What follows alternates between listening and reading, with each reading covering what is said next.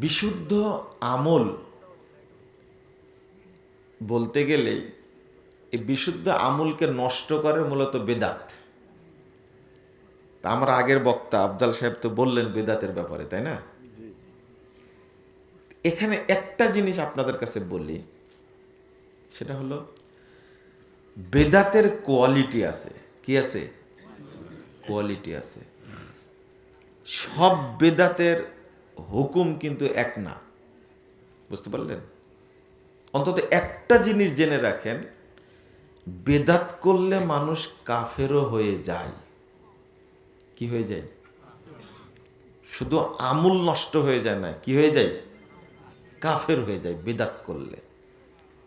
কথাটা শুনে নতুন নতুন লাগছে? এই যে বেদাতের কোয়ালিটি যেটা, ধরন যেটা, যেমন পাপের ধরন আছে না? সব পাপ করলে কি কাফের হয়ে যায়? না।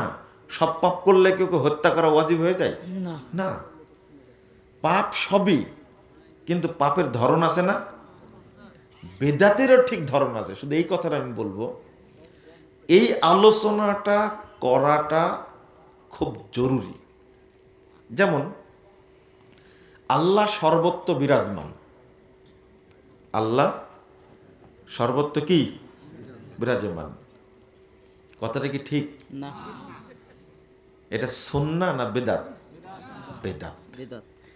কেউ যদি বিশ্বাস করে আল্লাহ সব জায়গায় থাকেন,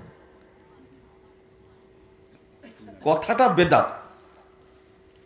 কিন্তু এই কথা যদি কেউ বলে, এই বেদাতি আকিদা যদি কেউ ধারণ করে, সে মুসলিম না, সে কাফের।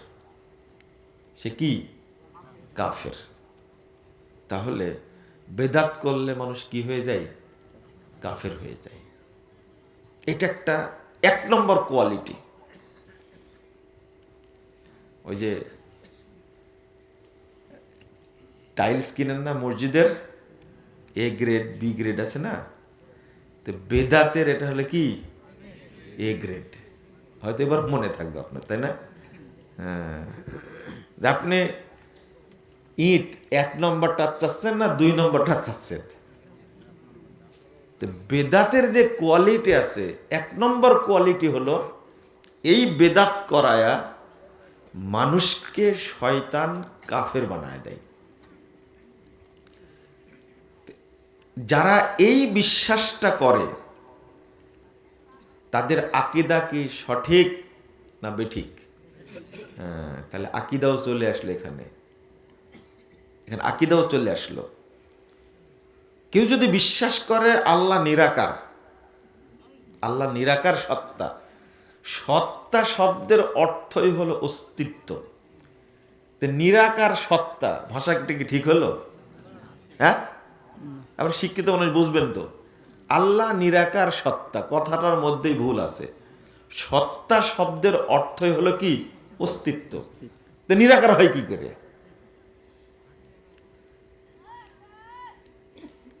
তো আমার কথা বলবো না, ইমাম ইবনে বাজ রাহিমাহুল্লাহকে প্রশ্ন করা হয়েছিল যে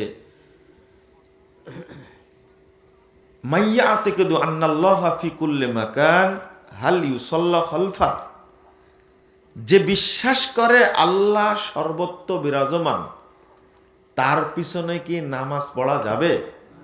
সালাত আদায় করা যাবে? তো ইমাম ইবনে বাজ রাহিমাহুল্লাহ উত্তর দিচ্ছেন কি জানেন?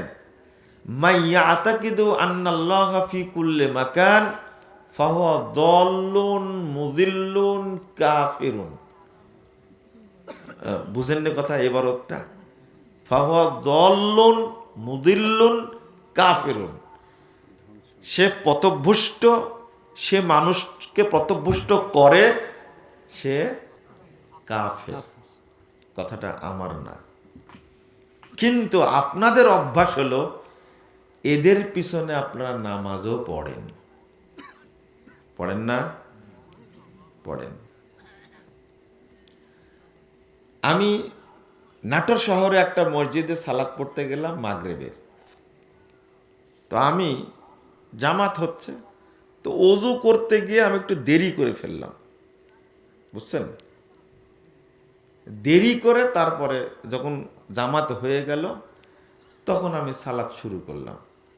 সাথে ছিলাম ৬-৭ জন, কিন্তু আমি আমার সাথে পেলাম মুসল্লি হিসাবে একজনকে। বাকিরা পড়েছে কোথায়? জামাতে। পরে আমি বললাম যে যারা বিশ্বাস করে নবী এখনো মরেনি, নবী কি মরেনি, শুধু হায়াতুন নবী। হ্যাঁ, তো এটাও বুঝেন তাহলে, হায়াতুন নবী এরা হলো কুফরি আকিদা। কি আকিদা? কিয়ামত পর্যন্ত এর পিছনে নামাজ পড়লে নামাজ হবে না, কিয়ামত পর্যন্ত। বিশ্বাস করে নবী গায়েব জানতেন। নবী তো জানতেন, পীর ফকিরেরাও গায়েব জানে। নাউযুবিল্লাহ। এর পিছনে নামাজ কিয়ামত পর্যন্ত পড়লেও এক ওয়াক্ত হবে না। এবং আমাদের সালাত হয় না, এটাই প্রমাণিত হয় হাদিস থেকে। আমি আপনাকে বলবো, আপনি টেনশন করবেন না, আমি এখনই বলবো। এই আকীদা পোষণ করে যে ইমাম তাবিজের ব্যবসা করে, এই ইমামের পিছনে কিয়ামত পর্যন্ত সালাত পড়লে সালাত হবে না, মরা পর্যন্ত না। কোন পর্যন্ত? মানে আপনি পড়বেন, আপনার সন্তান পড়বে, আপনার নাতিপুতি পড়বে, তার নাতিপুতি পড়বে, কিয়ামত পর্যন্ত যদি পড়ে কারো নামাজ কবুল হবে না। তাবিজের ব্যবসা করে যে ইমাম, এই ইমাম পিছনে নামাজ হবে না। যে পীরের মুরিদ, কার মুরিদ? পীর মানেই শয়তান আর মুরিদ মানেই বলদ। কি ব্যাপার, বুঝেননি মনে কথা? এক বাক্যে মনে রাখবেন, পীর মানেই কি? শয়তান। ওদের একটা ফতোয়া দিয়েছে, যার পীর নাই শয়তান তার পীর। নাউযুবিল্লাহ। ওদের ফতোয়া এটা, এই মুশরিকদের ফতোয়া। পীর মানে মুশরিক, এক বাক্যে। আপনি যদি পীরকে মুশরিক না মনে করেন তাহলে মুশরিক আপনি নিজেও। এটা ভালো করে মনে রাখেন, যে যা তাকে তাই বলতে হবে। পীর মানেই মুশরিক আর মুরিদ মানে কি বললাম? বলদ। মনে থাকবে? বলদ তো চেনেন আপনারা। আপনি বলবেন যে বলদ বললেন কেন? মনে রাখবেন একটা কথা, আহলে হাদিসরা কখনো নিজস্ব কথা বলে না, এর পিছনে কোনো দলিল আছে তাই বলছে।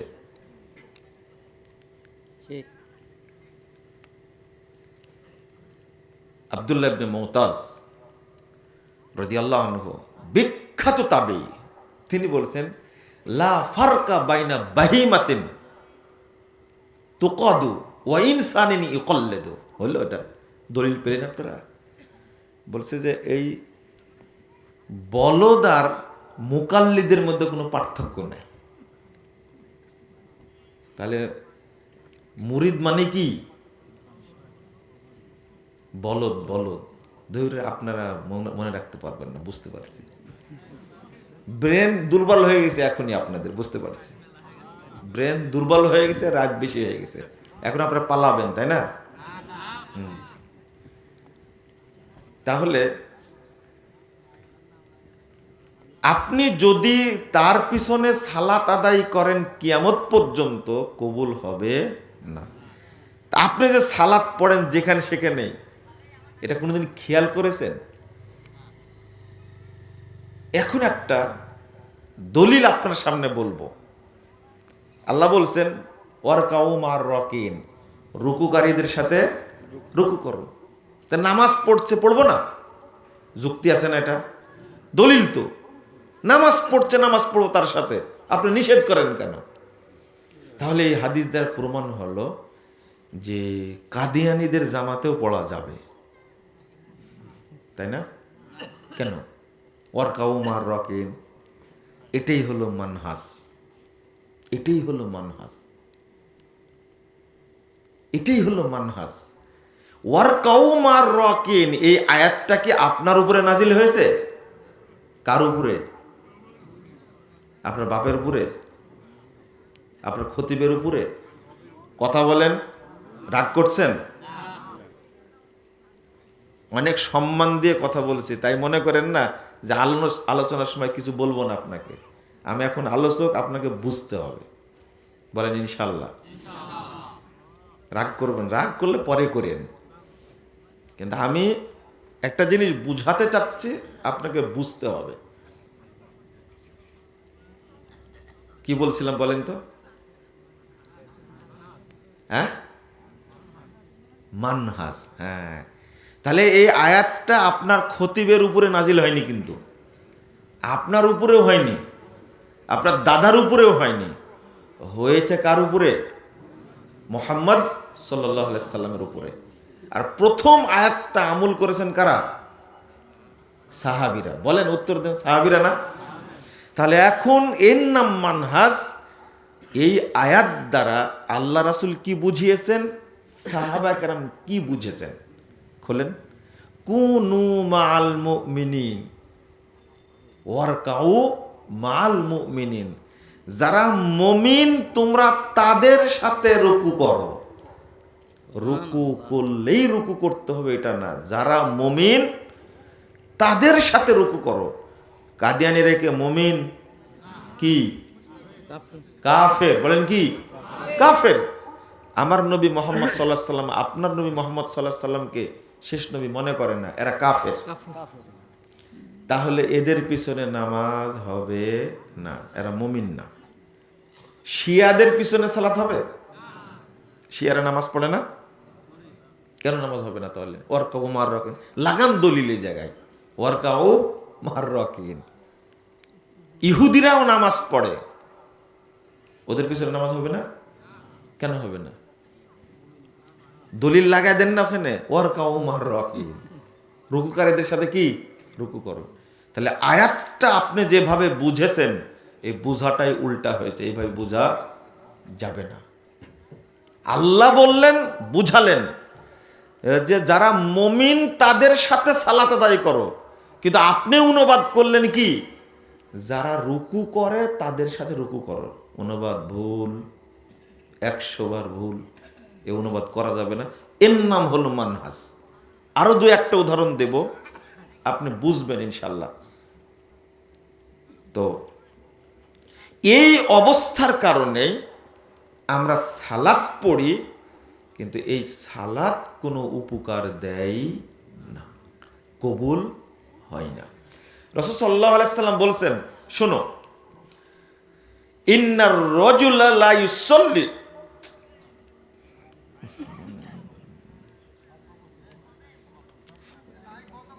সুবিধা সেগুলো দেখব চোখে।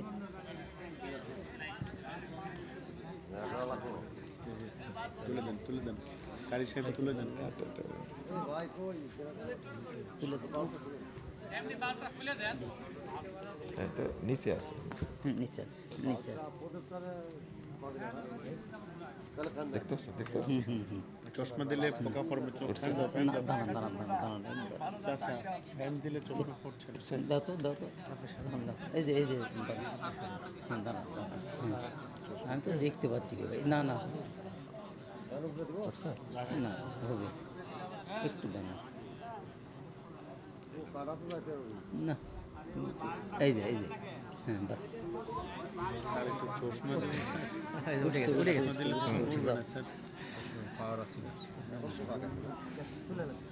আগের পোকাটা ধরতে পারছিলাম, পরেরটা আর পারিনি। কি বলছিলাম মনে আছে? না না, না, তারপরে কি উদাহরণ দিচ্ছিলাম? আল্লাহ রাসূল বলছেন, ইন্নার রাজুলা লা ইউসাল্লি সিত্তিনা সানা,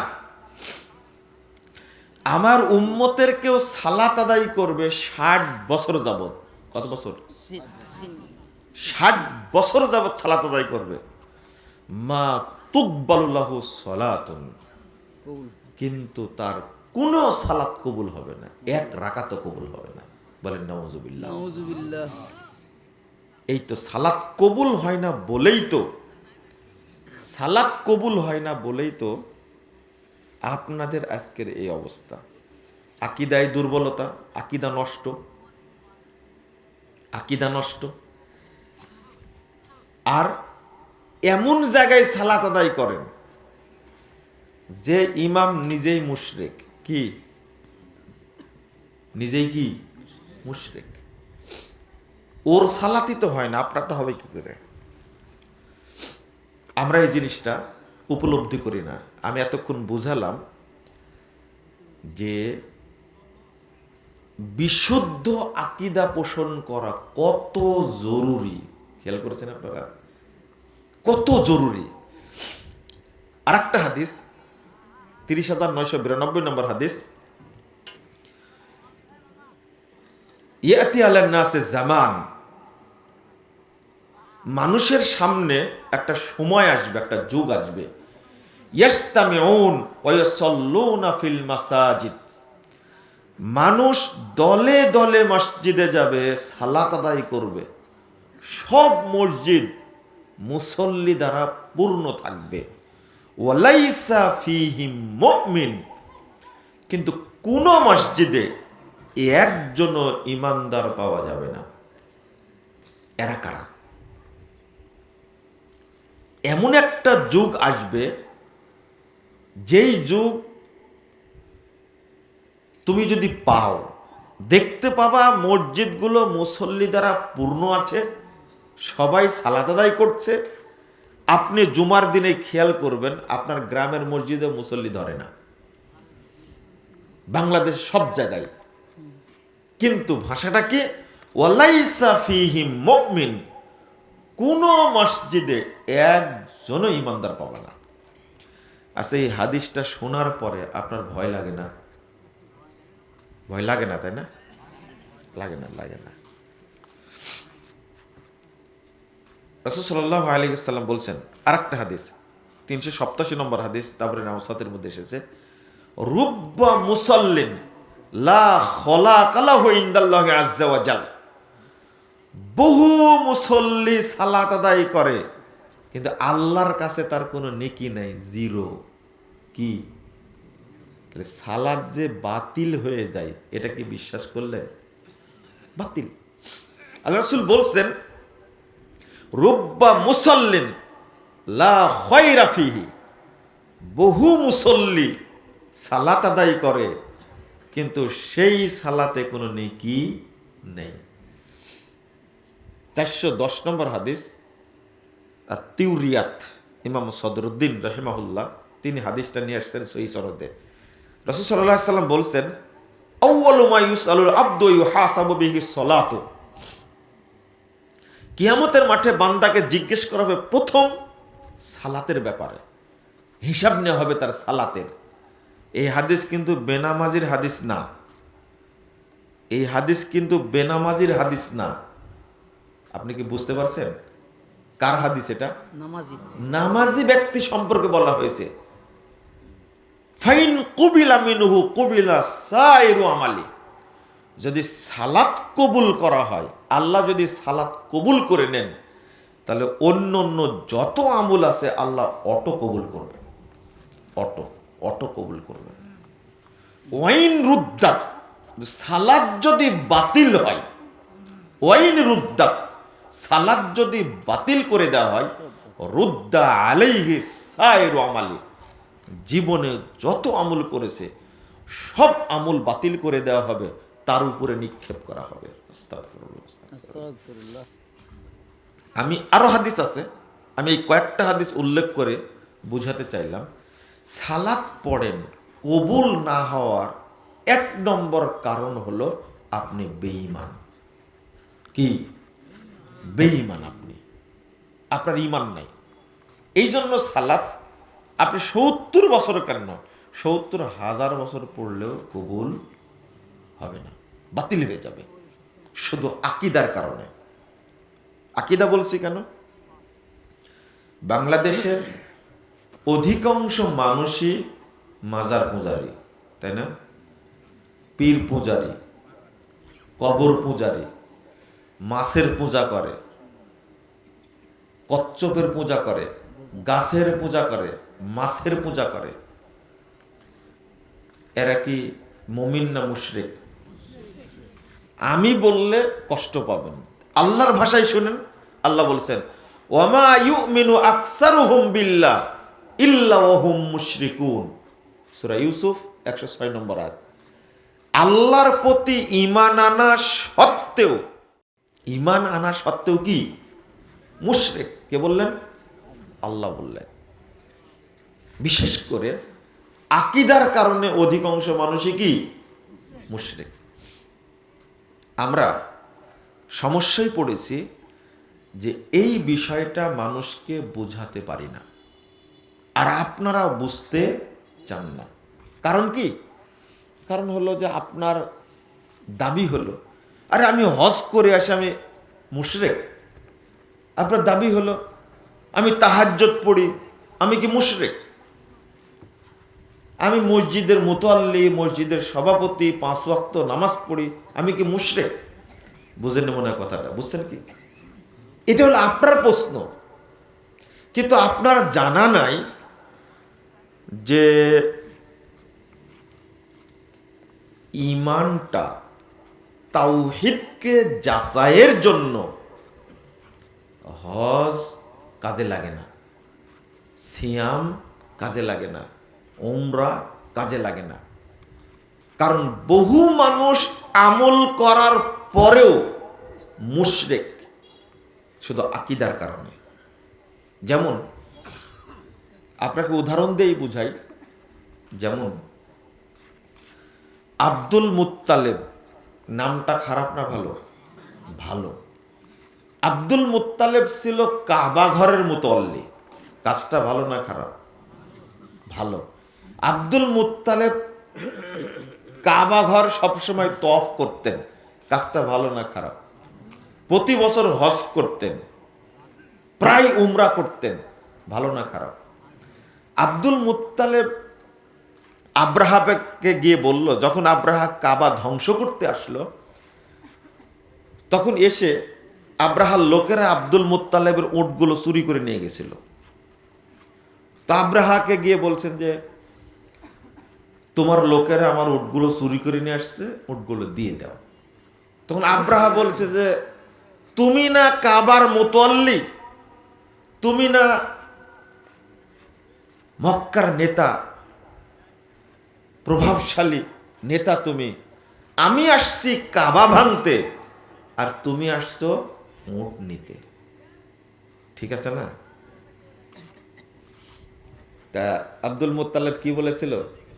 আব্দুল মুত্তালেব বলেছিল কাবার মুতাল্লি, বলছিল যে উটের মালিক আমি আর কাবার মালিক আল্লাহ। তাই আল্লাহকে বিশ্বাস করতো না সে? করতো না? আপনার চেয়ে বিশ্বাস তার অনেক কোটি গুণ বেশি ছিল। কাবার মালিক আল্লাহ, উটের মালিক আমি, আমার উটগুলো দিয়ে দাও। কাবার মালিক তিনি দেখবেন কাবা ঘরে কি করবেন। আব্দুল মুত্তালেবের দাবি ঠিক ছিল না ভুল ছিল? ঠিক ছিল। বলেন তো আব্দুল মুত্তালেব আছে কোথায়? জান্নাতে না জাহান্নামে? হজ কাজে লাগেনি, কাবার মুতাল্লি হয়ে কোনো কাজে লাগেনি। বুঝেননি মনে? তাওয়াফ করেও লাভ হয়নি। সারা পৃথিবী থেকে যত হাজি যেত সবাইকে খাবার দিতেন, আপ্যায়ন করত এই আব্দুল মুত্তালেব। তারপরে আবু তালেব, তারই ছেলে, এত প্রভাবশালী নেতা। রাসূল সাল্লাল্লাহু আলাইহি সাল্লাম দাওয়াতি কাজ করেছেন। আবু তালেব বেঁচে থাকাকালীন তাকে কেউ ধমক দিতে পারেনি। এমন একজন প্রভাবশালী সৎ মানুষ হজ কাজে লাগেনি, ওমরা কাজে লাগেনি, কাবার মুতাল্লি হওয়ার দাপট কাজে লাগেনি। আপনারা কি বুঝতে পারছেন? হ্যাঁ? তো আপনি পার্থক্য কি? পার্থক্য হলো আব্দুল মুত্তালেব আবু তালেব ছিল কাবা ঘরের মুতাল্লি, আর আপনি হলেন বেদাতি মসজিদের মুতাল্লি। পার্থক্য হলো আবু তালেব, আব্দুল মুত্তালেব এরা প্রত্যেক বছর হজ করত, আর আপনি হজ করেছেন একবার। এ হলো পার্থক্য। বুঝেননি কথা? আব্দুল মুত্তালেব, আবু তালেব আল্লাহর উপর এত বিশ্বাস করত যে আব্রাহাকে ছেড়ে দিয়েছিল। ঠিক ঠিক আছে, দেখ কি করতে পারো, করো তো দেখি। কিন্তু আপনার মসজিদ ভাঙতে আসলে আপনি এই বিশ্বাস করতে পারবেন না। পার্থক্যটা এটাই। এই পার্থক্য বোঝা গেল আপনারা, আমরা আব্দুল মুত্তালিবের চেয়ে খারাপ না ভালো? অনেক অনেক তাহলে আপনি কিভাবে বিশ্বাস করেন যে আপনার হজ কবুল হয়েছে, আপনার সালাত কবুল হয়েছে? কিভাবে বিশ্বাস করেন? সবচেয়ে বড় কথা হলো, যে আকীদা আপনি পোষণ করেন যে আল্লাহ সর্বত্র বিরাজমান, এটা কাফেরেরাও বিশ্বাস করতো না, মুশরিকরাও বিশ্বাস করতো না। আচ্ছা, আবু তালেব কোথায় আছে জানেন তো? কোথায় আছে? কেন? এত ভালো মানুষ হওয়ার পরে জাহান্নামে কি জন্য? কাবার মুতল্লি ছিল, কাবাকে তারা সংরক্ষণ করেছে, কাবার হেফাজত করেছে, এরপরেও জাহান্নামে। তো এখন মানুষদেরকে আমরা কিভাবে বুঝাবো যে হজ, সিয়াম, সালাত পড়লে আপনি মুমিন হয়ে গেলেন? এটা প্রমাণ দিতে পারবেন না আপনি, এটা প্রমাণ দিতে পারবেন না। এই হলো মিশ্রিত আকীদা। কি আকীদা? মিশ্রিত আকীদা। আকীদা হলো মিশ্রিত, যার কারণে কবুল হচ্ছে না। মিশ্রিত আকীদার পরিণামটা কি? 42 নম্বর আয়াত সূরা বাকারা, আল্লাহ রাব্বুল আলামিন বলেছেন, ওয়ালা তালবিসুল হাক্কা বিল বাতিল, তোমরা হকের সাথে বাতিলকে মিশ্রিত করো না। আল্লাহ একটা শর্ত দিয়েছেন, আল্লাযীনা আমানু ওয়া লাম ইয়ালবিসু ঈমানাহুম বিযুলমিন উলাইকা লাহুমুল আমনু ওয়া হুম মুহতাদুন। 82 নম্বর আয়াত সূরা আনআম। যারা ঈমান এনেছে আর ঈমানের সাথে শিরকের, তাগুতের, কুফুরের মিশ্রণ করেনি, তাদের জন্য দুনিয়াতেও নিরাপত্তা, পরকালে নিরাপত্তা রয়েছে, আল্লাহ বলছেন। আমি একদিন জেলখানার মধ্যে জিজ্ঞেস করেছিলাম, বাংলাদেশের প্রখ্যাত মুফাসসিরে কোরআন, আপনারা সবাই চেনেন, হিন্দুরাও চেনে না? তার সাথে আমার দেখাটা হয়েছিল, আকস্মিক একটা দেখা হওয়া। 2013 সালের 25শে ডিসেম্বর তিনি পত্র লিখেছিলেন আমার কাছে জেলখানা থেকে।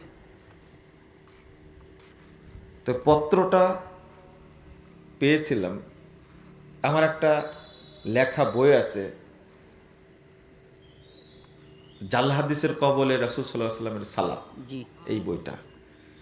তো উনি 13 সালে বইটা বের হয়েছে এবং একজনের মাধ্যমে তিনি পেয়েছিলেন জেলখানাতে। তো বইটা পড়ে তিনি পত্র লিখেছিলেন আমার কাছে, 9 পৃষ্ঠার একটা পত্র, 9 পৃষ্ঠার। শিরোনাম দিয়েছিলেন,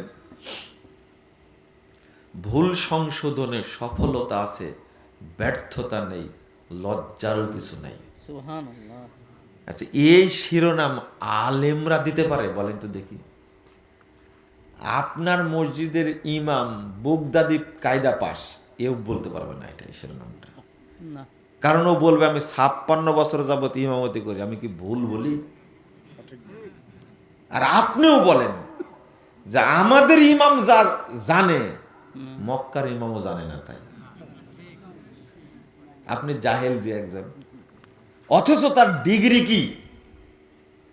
যা মুখে বলে সবই ভুল বলে, সবই ভুল বলে।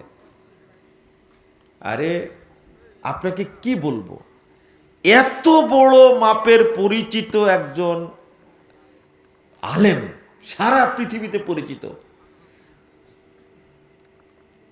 আল্লামা সাঈদী রাহিমাহুল্লাহ, তিনি যতটা দেশ ঘুরেছেন, বাংলাদেশের কোনো মন্ত্রীও ঘুরেনি, প্রধানমন্ত্রীও ঘুরেনি, রাষ্ট্রপতি ঘুরেনি। এটা কি জানেন আপনারা?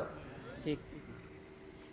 তার মতো মানুষ এই শিরোনামে আমার মতো এক শুকরার কাছে পত্র লিখবে, হয়তো উনি জানলে লিখতেন না যে এ ছেলেটা ছোটখাটো মানুষ, কাহিনী আলাদা। ভুল সংশোধনে সফলতা আছে, ব্যর্থতা নেই, লজ্জারও কিছু নেই।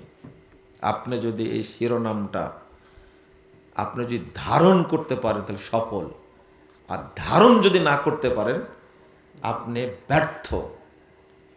আমি জানি যে আপনার এই শিরোনামটা আপনার ধারণ করতে হলে, আপনি যে মনের মানুষ, ধারণ করতে হলে আপনার ওযু নষ্ট হয়ে যাবে, আপনি পারবেন না। এটা বলে কি, ভুল সংশোধনের সফলতা আছে, ব্যর্থতা নাই, লজ্জারও কিছু নেই। কতটা কথা এই জায়গায় বলেছেন, অথচ আপনাকে বলছি যে আল্লাহ নিরাকার, কথাটা মিথ্যা, এটা মিথ্যা কথা, বিশ্বাস করবেন না। আপনি তোলপাড় লাগাই দিলেন। আপনাকে বললাম যে সালাতের সালাম ফিরানোর পরে আপনি যে মাথায় হাত দিয়ে ইয়া মাতিনো দোয়া পড়েন, এটা মিথ্যা, এটা বেদাত। এই যে লাফানি শুরু করলেন, তা আমরা যা করি তাই বেদাত। আমি বললাম যে হ্যাঁ, যা করেন তাই বেদাত।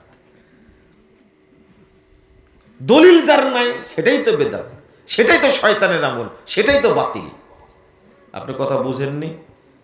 আপনার সালাত যতদিন ওযুর দোয়া বিসমিল্লাহির রহমানির রহিম আল ইসলাম হাক্কুন ওয়াল কুফরু বাতিলুন আল ঈমানু নূরুন ওয়াল কুফরু যুলমাতুন, এই দোয়া যতদিন পড়বেন মরা পর্যন্ত, পড়া মাত্রই ওযু বাতিল হয়ে যাবে, নামাজও বাতিল হবে, কোনো সন্দেহ নাই। কারণ এই দোয়াটা হলো শয়তানের তৈরি করা দোয়া। ওযুর শুরুতে বলতে হবে শুধু বিসমিল্লাহ। কি বলতে হবে? বিসমিল্লাহ। আমি বললাম এই দোয়াটা পড়লে ওযু নষ্ট হয়ে যাবে, কিন্তু আলেম মানুষ, আপনারও যে ওযু নষ্ট হয়ে যাবে সেটা তো বুঝতে পারেন। মানে আমার কথাটা আপনি ধারণ করতে পারেননি, আপনি চিন্তাও করলেন না যে কেন বলল। আপনি জায়নামাজের দোয়া বানাইছেন, ইন্নী ওয়াজ্জাহাতু ওয়াজহিয়া লিল্লাযী ফাতারাস সামাওয়াতি ওয়াল আরদ। কিয়ামত পর্যন্ত যদি জায়নামে যারা এই দোয়া পড়েন, আপনার সালাত বাতিল হবে, এতে কোনো সন্দেহ নাই। কারণ এটা বিনা দলিলের কথা, এটা শয়তানের তৈরি করা, এটা অপবিত্র আমল একটা, এটা কখনো সালাতের মধ্যে যায় না। আমি কথা বলা মাত্র আপনি এমনভাবে ক্ষেপে গেলেন, আমাকে যত কিছু বলার দরকার গালি দিয়ে দিলেন আপনি। মানে আপনি ধারণ ক্ষমতা নিতে পারবেন না। ভুল সংশোধনে সফলতা আছে, ব্যর্থতা নেই, লজ্জারও কিছু নেই। আপনি পারবেন না এটা নিতে, পারেনি এটা নিতে। আরে জামাত ইসলামের মানুষদেরকে এতদিন যাবৎ সাইদি সাহেব তৈরি করেছেন, এই শিরোনামটা তারাই ধারণ করতে পারেনি। জামাত ইসলামের কত রুকুন আছে, হাজার হাজার রুকুন আছে, দায়িত্বশীল আছে, শিবিরের বড় বড় শিক্ষিত নেতা আছে, এই শিরোনামটা তারা ধারণই করতে পারেনি, তাদেরও ওযু নষ্ট হয়ে গেছে। আপনি কি জানেন? বলছে আমাকে যে মুজাফফর বিন মুহসিন এটা মিথ্যা কথা বলছে, সাইদি সাহেব কোনো পত্রও লেখেনি, তার সঙ্গে দেখাও হয়নি। আপনি কি আমার বক্তব্যটা কি বোঝা যাচ্ছে? বুঝবেন না আমার কথাটা, 10 বছর লাগবে সময়। তারা লোড নিতে পারেনি, ফেসবুকে স্ট্যাটাস দিছে যে এইরকম কোনো পত্র সাইদি সাহেব লেখেননি। চিন্তা করতে পারছেন? আমি বলছি 2013 সালের কথা, আজকে কত সাল? 24 সাল। রাজনীতি করেন আপনারা, কিন্তু খবরদার ইসলামকে সম্পৃক্ত করবেন না, দ্বীনকে সম্পৃক্ত করবেন না। আওয়ামী লীগ রাজনীতি করে, বিএনপি করে, আপনি করেন, আরো কেউ করুক না, কিন্তু এখানে যেন দ্বীন, শরীয়ত, ইসলামকে আপনারা ঢোকায়েন না। আমরা ফতোয়া দিয়েই যাব, এই গণতন্ত্র হারাম, এটা গণতন্ত্র না, এটা হলো গুন্ডাতন্ত্র, এটা হলো খুনতন্ত্র, এটা হলো গুণতন্ত্র, এটা হলো ধোকাতন্ত্র, এটা হলো প্রতারণাতন্ত্র, এটা হলো হারামতন্ত্র, এটা কুফরি তন্ত্র, এটা বিধর্মী তন্ত্র। ইসলামের সাথে কোনো সম্পর্ক নাই। বলতেছি, যতদিন আল্লাহ বাঁচা রাখবে ততদিন বলবো ইনশাল্লাহ। কথা বুঝতে পারছেন? কিন্তু কষ্ট পেলাম যে আমি এমন গালিগালাজ করছে। চলেন কথাটা বলি, মনে আছে কোন জায়গায় বলতে গিয়ে বলছিলাম, ভুলে গেছেন আপনারা। উলাইকা লাহুমুল আমনু ওয়া হুম মুহতাদুন। তো আল্লাহ আমাকে নিয়ে গেলেন, 13 সালের চিঠি পেলাম তো ডিসেম্বরে, 14 সালের নভেম্বরের 7 তারিখে আমিও গেলাম। ওই জায়গাটা দেখার দরকার আছে। লাল ঘরটা আয়না ঘর না হলেও স্পেশাল ঘর দেখার দরকার আছে, বুঝছেন? আহারে, গেলাম 3 মাস 22 দিন সাইদি সাহেবের কাছে থাকলাম। আপনাদের একটা যুক্তি আছে, যেটা কেমন কথা? সাইদি সাহেব হলেন ফাঁসির আসামি, আর মুজাফফর হলো কি? হাজতি আসামি। তো কেমনে দেখা হলো? যুক্তি আছে কথার, ঠিকই বলেছেন। ইবলিস এই যুক্তি দিয়ে আপনাকে বিভ্রান্ত করেছে। জেলখানা কাশেমপুর 1 কারাগারের মেডিকেল পার্টের সাথে 3টা সেল ছিল। কয়টা? 3টা সেল। আমি ছিলাম মেডিকেলে, এবং মেডিকেলে থাকার জন্য সাইদি সাহেব নিজেই আমাকে সুপারিশ করে নিয়ে এসেছেন যে বেটা, বাবাটা আমার কাছেই থাক। বাবা বলতেন আমাকে, আমার কাছে থাক। আমি যখন কাশেমপুর 1-এ ঢুকলাম বিকেলবেলা, রাত্রিতে দেখছি একটা ব্যাগ সহ আমার কাছে পাঠাইছে, অনেকগুলো হাদিয়া। এই যে এতদিন রিমান্ডে ছিলাম, ঘুরে বেড়ালাম কোথায় কোথায়, 5 দিন রিমান্ডে রাখছিল, তারপরে ঢাকা জেলখানায়, তারপরে কাশেমপুরে নিয়ে গেছে। তো দেখছি ব্যাগের মধ্যে একটা পাঞ্জাবি, একটা পায়জামা, একটা গেঞ্জি, বিস্কুটের প্যাকেট, তারপরে ডালিম, ডালিমটা আনার, আপেল একসঙ্গে দিয়ে দিছে। তো একটা মনে হচ্ছে যে উনি মনে করছেন যে হাই রে, বাবাটা কতদিন না না খেয়ে আছে। ঘটনা তো এইরকমই আসলে, এগুলো পাঠাইছে, আর প্রথম আসছে, ওর কাছে কিছু আসেই কিনা, এরকমই তো হয়, এটাই মনে করেছেন, পাঠাইছে। আমিও পেয়ে হতবাক। আরবিতে লেখা আছে ব্যাগের উপরে, আরবিতে লিখে দিয়েছে হাদিয়াতুম মিন সাইদি, বুঝতে পারলেন? লেখা আছে এটা। তখন বুঝে গেলাম আমি নিজেও তখন আবেগী হয়ে পড়েছিলাম যে তিনি হাদিয়া পাঠালেন, দেখাই হয়নি এখন পর্যন্ত। পরের দিন সাক্ষাতে গেলাম, যাওয়ার পর আমাকে চিনে নিন, যখন বলছে যে তিনি নিজেই আমাকে নিয়ে আসার জন্য পাঠাইছেন, কিন্তু গেছে তো খেয়াল করছেন না। পরে বলছেন যে এনে মুজাফফর বিন মহসিন, তখন জড়িয়ে ধরে বলছে, আরে আমি তো মনে করেছি 60-70 বছর বয়স। বুঝছেন কথা? 60-70 বছর বয়স তাই মনে করছেন। কি যে কান্না কাঁদলেন, আর কপালে কতবার যে চুমু দিলেন আমার মনে নেই। এটা দরজা, যে রুমে থাকতেন ওই বারান্দার বসায়, শীতকাল তো, এই আদর কি ভোলা যায়? আপনি যাই বলেন না কেন। নিজের গলায় মাফলা ছিল 17 নভেম্বর। কত নভেম্বর? 17 নভেম্বর। মাফলাটা গলায় জড়াই দিলেন, নিজেরটা কুলে আমাকে বাচ্চা ছেলের মতো আমাকে বিস্কুট খাওয়ালেন, বুঝছেন? ও হুজুর, তোমার এত অহংকার কেন গো? আমি বুঝি না তো আসলে। তুমি কত বড় হুজুর, তুমি এত গালি দাও? কি পড়া পড়তেন! পড়ুয়া মানুষ কাকে বলে? আমাদের বয়স তখন কত হয়েছে, তাই পড়তে পড়তে মাজা লেগে যায়। পড়ছে তো পড়ছে। আমি বললাম যে এই বুড়া হাড় নিয়ে এত বসে থাকেন কি করে? বাবা, পড়াটাই নিশা আমার। এত কোরআন তেলাওয়াত করতেন আর এত বই পড়তেন। আর এই ট্যাটকা ফুটকা এই মূর্তি, এরা যেভাবে গালিগালাজ করে আমাকে, যে এই বইটা পড়ে মানুষ বিভ্রান্ত হচ্ছে। সাইদি সাহেব, আল্লাহ তাকে রহম করুক তার উপরে।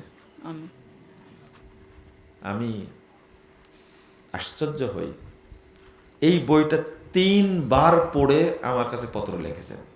কয়বার পড়েছেন? 3 বার পড়ে পত্র লিখেছেন। আমি মাঝে মাঝে, কি আশ্চর্যজনক জানেন, আমি হতবাক হই। যাওয়ার পর থেকে উনি কোনো ফতোয়া কাউকে দেননি। সোজা বলতেন, ওই মুজাফফরের কাছে যাও। আমি বলতাম যে আপনি ফতোয়া দিবেন, এত বড় আলেম থাকতে আমি কি ফতোয়া দেব? তখন বলছেন যে যা দিয়েছি আগে দিয়েছি, তুমি থাকাকালীন আমি আর ফতোয়া দেব না। দেইনি, একবারে দেইনি বলতেন। ওর কাছ থেকে জানেন না, সে অনুরোধ করতাম আপনি বলেন। আচ্ছা না, আমি বলবো না। বন্ধুরা আমার, আমি কথাটা বলার উদ্দেশ্য হলো, যে গাছে ফল বেশি ধরে ওই গাছটা ঝুঁকে যায়, নমনীয় হয়। আর যে খালি কলস কি বাজে বেশি। বুঝতে পারলেন? এই যে একটা জিনিস ভুল, জিজ্ঞেস করতেন, আচ্ছা এটাও কি ভুল নাকি?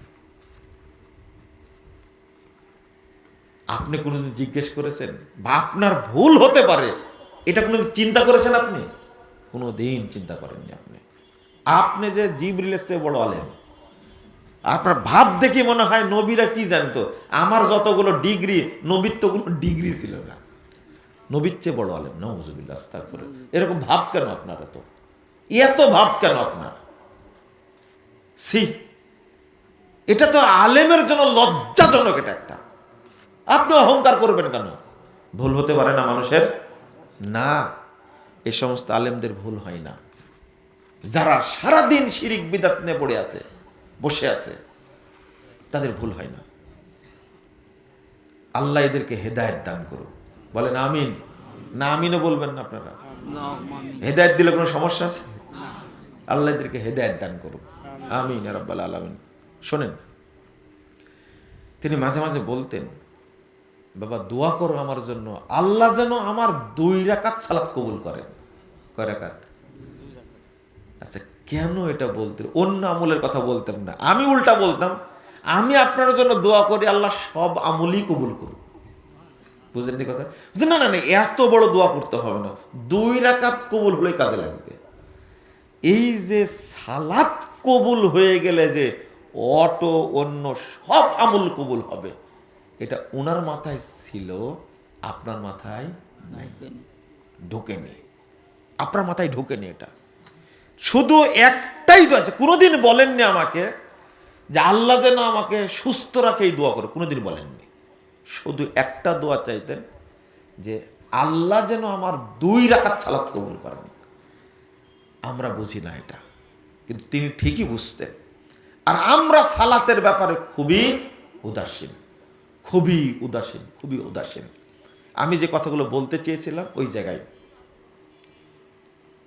বললাম যে একটা আয়াতের কথা, আপনাকে আয়াতটা বলবো না, তবে একটা প্রশ্ন করছি, উত্তরটা দিবেন দয়া করে। আজকে দিবেন না পরে দিবেন? প্রশ্ন করেছিলাম, আচ্ছা পাকিস্তানে বোমা হামলা হয় এত, আফগানিস্তানে হয়, বাংলাদেশে হয়, আচ্ছা এই বোমা হামলাটা সৌদি আরবে করা যায় না? বুঝেননি কথা? কুয়েতে করা যায় না, দুবাইয়ে করা যায় না? না হওয়ার কারণটা কি? একবারে বোমা মেরে সারখার করে দিচ্ছে, অমুক দিন 150 মরেছে, অমুক দিন 200 মরেছে। এরকমই তো হয় এই রাষ্ট্রগুলোতে। সৌদি আরবে ইহুদি খ্রিস্টান বোমা হামলা করতে পারে না? আমার যেন প্রশ্ন জাগে, উত্তরটা একটু আপনি দিবেন। আপনার কি মনে হয়? তখন উনি বলছিলেন সাথে সাথে, বাবা উত্তরটা তুমি এখনই নাও। বলছেন না এত তাড়াতাড়ি নিতে হবে, আপনি উত্তর দিন। বলছেন না এখনই দেই। এই আয়াতটা তখন তেলাওয়াত করলেন। আল্লাহ বলছেন, আল্লাযীনা আমানু ওয়া লাম ইয়ালবিসু ঈমানাহুম বিযুলমিন উলাইকা লাহুমুল আমনু ওয়া হুম মুহতাদুন। এত সুন্দর করে তেলাওয়াতটা করলেন, কণ্ঠের রাজা তো, তাই না? হ্যাঁ, তো আমি বললাম যে এত তাড়াতাড়ি বলতে হবে? বলছে না, যারা ঈমানকে শিরিক থেকে মুক্ত রাখে তাদেরকে নিরাপত্তা দেওয়ার দায়িত্ব সরাসরি আল্লাহ নেন। হলো উত্তরটা? হলো এবার পাইছেন? এবার আল্লাহ আমাদের নিরাপত্তা দেয় না কেন? আফগানিস্তানকে দেয় না কেন? পাকিস্তানকে দেয় না কেন? সিরিয়াকে দেয় না কেন? বুঝেননি কথা? বুঝবেন না এটা। এই বুঝটা হওয়ার জন্য খুব ইমানের বিশ্লেষণকারী হওয়া দরকার। এই বুঝটা আপনি সহজে বুঝবেন না। আল্লাহ শিরিক মুক্ত ইমানকে এতটা পছন্দ করেন, আল্লাহ নিরাপত্তা দেন। জেনা করছে, আল্লাহ নিরাপত্তা দেবে। চুরি করছে, আল্লাহ নিরাপত্তা দিবে। মিথ্যা কথা বলছে, আল্লাহ নিরাপত্তা দিবে। কিন্তু শিরিক যখনই করবেন তখন আর নিরাপত্তা দিবেন না। একটা শর্ত করছেন, ওয়ালাম ইয়ালবিসু ঈমানাহুম বিযুলমিন, শিরিক করবে না, আল্লাহ নিরাপত্তা দিবেন। আমাদের অবস্থাটা ইমানের ক্ষেত্রে এই জায়গায় ঘাটতিটা বেশি। আমেরিকা, ব্রিটেন বহুদিন থেকে চেষ্টা চালাচ্ছে এই সৌদি আরবের ঐতিহ্যকে ভেঙ্গে চুরমার করে দিবে, চেষ্টা করছে না? লিবিয়াতে করেনি? করছে না? আফগানিস্তানে করেনি? কি এত মানুষকে মারলো। মিশরে করেনি? আরব বসন্ত, এই ঢেউটা সৌদি, কুয়েত, দুবাইও নিয়ে আসার চেষ্টা করেছে। আমেরিকা পেরেছে? আমেরিকা পেরেছে? না না, অত সহজ না। বাইডেনের ফোন ধরে না মোহাম্মদ বিন সালমান, আপনি কি মনে করেন? বাইডেন ফোন দিয়েছে, ফোন রিসিভ করেন, সময় নাই, পরে ফোন দিতে বললো। আপনারা কি বিশ্বাস করেন? বাংলাদেশের একটা বেহুদ্দা পত্রিকা আছে, খুব প্রচলিত, একটা বেহুদ্দা পত্রিকা, মানুষ পড়েও বেশি এই পত্রিকাটা। এই পত্রিকা দিয়ে কুলুপ নিলেও আপনি পবিত্র হবেন না, বুঝছেন? ওই পত্রিকার কথা বলছি। এই পত্রিকার শিরোনাম করেছে জানেন, বাইডেনের গালে মোহাম্মদের চপেটাঘাত, এই শিরোনাম করেছিল। ফোন ধরেছে, ধরেনি, এটাই। পরে বাইডেন তেল দেওয়ার জন্য সৌদি আরবে আসছিল, এটা জানেন আপনারা? আসছিল না? এইগুলো মনে হয় বুঝেন না আপনারা নাকি? এইগুলো বোঝা যাবে, এইগুলো বুঝতে হবে। আমি যে কথাটা এখন বলবো, আপোষহীন থাকতে হবে। আকীদার সাথে, তাওহীদের সাথে তাগুতকে মিশ্রণ করা যাবে না। ঈমানের সাথে কুফুরকে মিশ্রণ করা যাবে না। জাহেলিয়াতের সাথে দ্বীনকে মিশ্রিত করা যাবে না। ঈমানের সাথে শিরককে মিশ্রণ করা যাবে না। আপনি একই আকীদার উপরে থাকবেন। আল্লাহ বলছেন,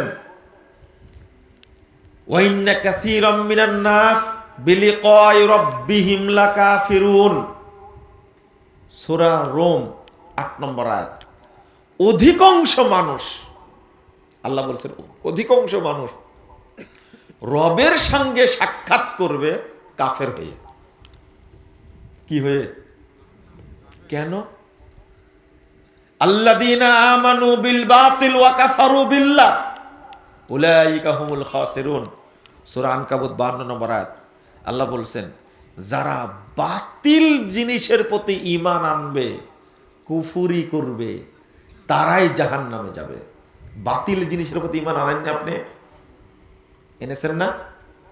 বলেন তো, ইসলাম হক না বাতিল? ইসলাম হক না বাতিল? এবার বলেন তো, গণতন্ত্র হক না বাতিল? বাতিল। ঈমান আনলেন কেন? আপনার কথায় কথায় বলেন প্রয়োজন গণতন্ত্রের জন্য জীবন দেব, দেন, আপনি দেন। আমাকে বলছেন একজন যে, মুজাফফর সাহেব আর কতদিন আকীদা আর তাওহীদের ওয়াজ করবেন, কতদিন আর সালাতের ওয়াজ করবেন? আমি বললাম যে কি করা লাগবে, যে মন্ত্রী কখন হবেন, প্রধানমন্ত্রী কখন হবেন? আমি বললাম যে তাই, কথাটা তো ভালোই বললেন, কিন্তু আপনারা এমপি মন্ত্রী হয়ে কি করলেন সেটা একটু বলেন না। একটা দল দীর্ঘদিন যাবৎ ক্ষমতা, মানুষ মেরে, টাকা পয়সা চুরি করে ক্ষমতা আটকে থেকে থেকে থেকে পালানিরই জায়গা নেই, কোথায় থাকবে সেই জায়গাটুকু নেই। আপনি কি ভাবতে পারেন? বলে যে আমি বঙ্গবন্ধুর বেটি, আমি পাওয়ার চাই, ভোট যেমন তেমন পাওয়ার চাই, দৌড়দণ্ড প্রতাপশালী, পত্রিকায় শিরোনাম আসে, বিশ্বের সবচেয়ে প্রভাবশালী শাসক শেখ হাসিনা। তো আপনি কি চিন্তা করতে পারছেন? আপনি কি ভাবতে পারেন মানুষ 16টা বছর আঁকড়ে থাকার পরে 45 মিনিট টাইম পেয়েছে দেশ থেকে যাওয়ার? কি করলেন? এই দলটা নাকি স্বাধীনতা নিয়ে আসছে, এই দলটা নাকি ভাষা আন্দোলন করেছে, এই দলটা নাকি 69 গণঅভ্যুত্থান করেছে, কত কি করেছে। তো ভাই কি করলেন আপনারা? আমার এই মন্ত্রিত্ব দরকার নেই। কি করবেন? আজকে নাম দিয়েছে তার এ দেশের মানুষ, আপনারা বীর পলাতক, তাই না? আপনারা হাসছেনও দেখছি, আপনাদেরও শরম নাই দেখছি। এদেরকে ক্ষমতায় তো আপনারা নিয়ে গেছে, তাই না? বলেননি আপনি? এটা কোন শ্রেণীর চামচা হতে পারে? বলছে যে 2024 সালের 7 জানুয়ারি যে নির্বাচন হয়েছে, পৃথিবীর ইতিহাসে এরকম ফ্রেশ নির্বাচন কোথাও হয়নি। আমার মনে হয় এত সুন্দর করে গুছায়া ইবলিসও বলতে পারবে না। আবার ঠিকও বলছেন আপনারা, আমি কিছু বুঝতে পারছি না। এই চামচাই তো আপনারাই করেছেন, তাই না? আচ্ছা, রাগ করছেন আপনারা, রাগ করছেন, করেন, রাগ করেন, আমার কি তার যায় আসে? শেখ হাসিনা তো আপনাদের, আমার কি, তা আমার কি যায় আসে? আস্তাগফিরুল্লাহ, আস্তাগফিরুল্লাহ। আর একটা দল, বিএনপির মতো একটা দল, এদের কাজই হলো স্বৈরাচারের বিরুদ্ধে সংগ্রাম করা, স্বৈরাচার তাড়ানো, তাই না? এত বড় প্রতিষ্ঠিত একটা দল, জিয়াউর রহমান সাহেবের স্ত্রী 87-88 বছরের এক মহিলা বিদেশে চিকিৎসা নেওয়ার জন্য যাবে, অথচ সেই ক্ষমতাটা এই দলের হলো না। ধুকে ধুকে জেলখানায়, বাড়ির মধ্যে মেডিকেলে পচে যাচ্ছে, তাও সাহস হলো না। মির্জা ফখরুল সাহেব নাকি তার নামে হলো 755টা মামলা মাত্র। কয়টা? আপনারা কি করলেন বলেন তো দেখি? এই মহিলাটা আপসহীন মহিলা, তার কি চিকিৎসা নেওয়ার অধিকার একটুকু নাই? ওই একটু একটু করে বাড়ায়, 6 মাস 6 মাস করে বাড়ায়। চিন্তা করেন কি করলেন? জামাত ইসলামের ভাইয়েরা কি সংগ্রামটাই যে করলেন। সাইদি সাহেবের মতো একজন বড় আলেমকে আপনার সাইদি সাহেব তৈরি করতে পারবেন? গোটা বাংলাদেশ মিলে একজন তৈরি করেন তো দেখি। এই লোকটাকে যে জেলখানায় পচায় মারলো, শেষে ইঞ্জেকশন পুশ করে মেরে ফেলে দিল, কিছুই করতে পারলো না। বড় বড় নেতাকে একবার প্রকাশ্যে ঝোলায় শেষ করে দিল। কই আপনাদের নাকি হাজার হাজার লাখ লাখ কোটি কোটি কর্মী আছে প্রশিক্ষিত, এটা আসলে তো ধরতে পারলেন না হাসিনা। আমার তো এই মন্ত্রিত্ব দরকার নাই, আপনারা একটু কিছু করেন, আমরা দেখি। এই তাওহীদ আর মানহাজের দাওয়াত নূহ আলাইহিস সালাম দিয়েছে 950 বছর, আমাদের লাগবে 9000 বছর। মুহাম্মদ সাল্লাল্লাহু আলাইহি সাল্লাম শ্রেষ্ঠ নবী, শ্রেষ্ঠ রাসূল, শ্রেষ্ঠ মানুষ, শ্রেষ্ঠ দায়ী, শ্রেষ্ঠ অর্থনীতিবিদ, শ্রেষ্ঠ রাষ্ট্রবিজ্ঞানী, শ্রেষ্ঠ সেনানায়ক, শ্রেষ্ঠ ব্যক্তিত্ব। শুধু তাওহীদের দাওয়াত দিয়েছেন 13টা বছর, শুধু তাওহীদ আর মানহাজের দাওয়াত দিয়েছেন 13 বছর। আমাদের লাগতে পারে 13,000 বছর। ঠিক, এতদিনই দিব, আপনি পারলে ঠেকান, কিন্তু আসলের তলে যাব না ইনশাআল্লাহ। ঠিক। কথা বুঝতে পারলেন? আমি আরো 2টা কথা বলেছি, আপনাদের শুনলে খারাপ লাগবে, আমি ওই পর্যন্ত যাব না। সমস্যাটা কোন জায়গায়? ফ্রেশ যদি হয়, ফ্রেশ যদি হয়। আপনাদের কি মনে আছে সাধনপুরে বক্তব্য দেওয়ার সময় আমার বক্তব্য এক পর্যায়ে বন্ধ করে দিয়েছিলেন, মনে আছে? ওই মুজাফফর এখনো এরকমই আছি, মরা পর্যন্ত থাকবো ইনশাআল্লাহ। ইনশাআল্লাহ। বাংলাদেশে না, পৃথিবীতে আহলে হাদিসদের বন্ধু কেউ নাই, একমাত্র আল্লাহ। আল্লাহ, একমাত্র আল্লাহ। ওই হিসাব করে কোনো লাভ নাই, কিন্তু যেটা নিয়ে যাব ফ্রেশ। আপনি কি জানেন দেশ ছেড়ে হিজরত করা যায়, থাকতে পারলাম না হিজরত করলাম, এরশাদের মতন ঠেলাই পড়ে বলতে পারেন আমি রাজনীতি থেকে অবসর নিলাম, কিন্তু ঈমান থেকে যে অবসর নেওয়া যায় না, ঈমান থেকে তো হিজরত করা যায় না। বুঝেননি মনে হয় কথা, তাই না? হিজরত করা যায়? ঈমান থেকে হিজরত করা যায় না, না, না। একজন মানুষকে ফাঁসি যদি দেওয়া হয় 1000 বার, ঈমান থেকে হিজরত করতে পারবেন? আপনি দেশ থেকে হিজরত করেন, এখানে থাকতে পারলেন না, দিল্লি চলে যান, একবারে খুব সুন্দর করে আদর করে রাখবে আপনাকে। আপনি এখানে থাকতে পারলেন না, লন্ডন চলে যান, বেলজিয়াম চলে যান, যায়নি সবাই? কিন্তু ঈমান ছেড়ে যেতে পারবেন আপনি? এটাই হলো আহলে হাদিসদের সমস্যা, আর অন্য কোনো সমস্যা নাই।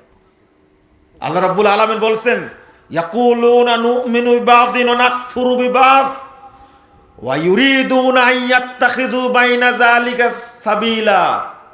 আল্লাহ কি বলছেন শোনো, ওরা বলবে কি জানো, এখান থেকে কিছু নি, অর্থাৎ শরীয়ত কিছু মানি আর কিছুটা কাটছাট করি, আর এই দুইটা মিলে সুন্দর একটা পথ তৈরি করি, যেন বাংলাদেশটা আমেরিকা বানানো যায়। এই যে আল্লাহর কথার সাথে কি মিলছে? এখন মিলে না, মনে হয় মিলে না, তাই না? কিছু ইসলামের নিব আর কিছু কি, হ্যাঁ? ও না না, বুঝেননি এখনো।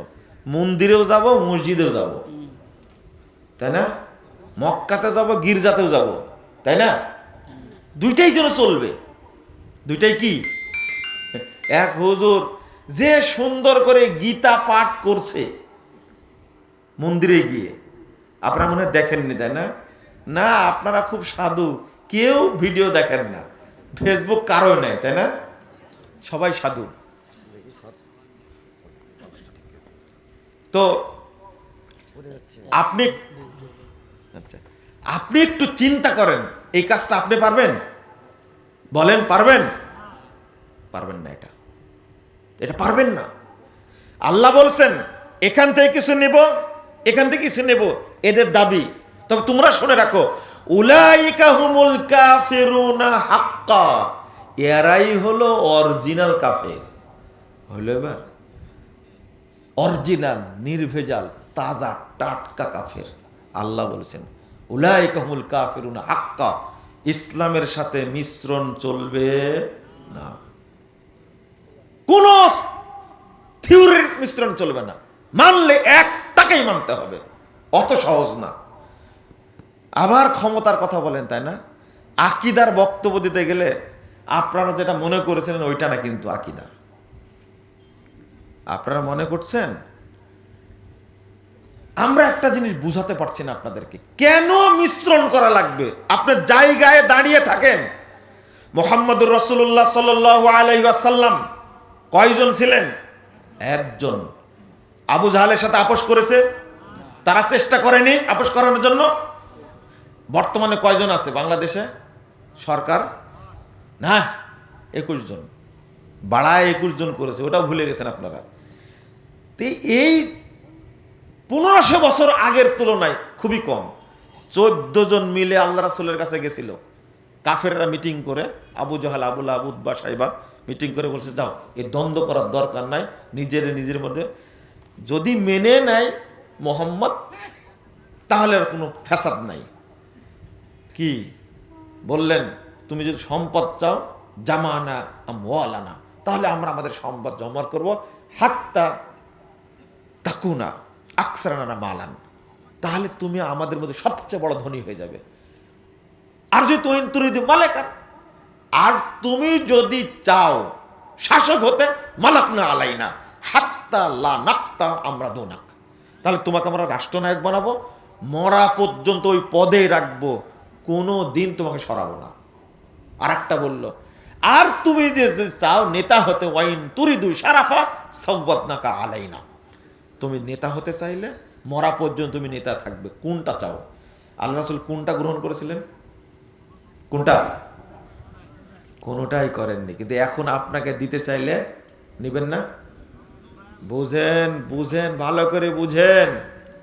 আল্লাহর নবী ক্ষমতা দেওয়ার পর নিলেন না কেন? ও, ওই সময় নিলে খুব ভালো হতো।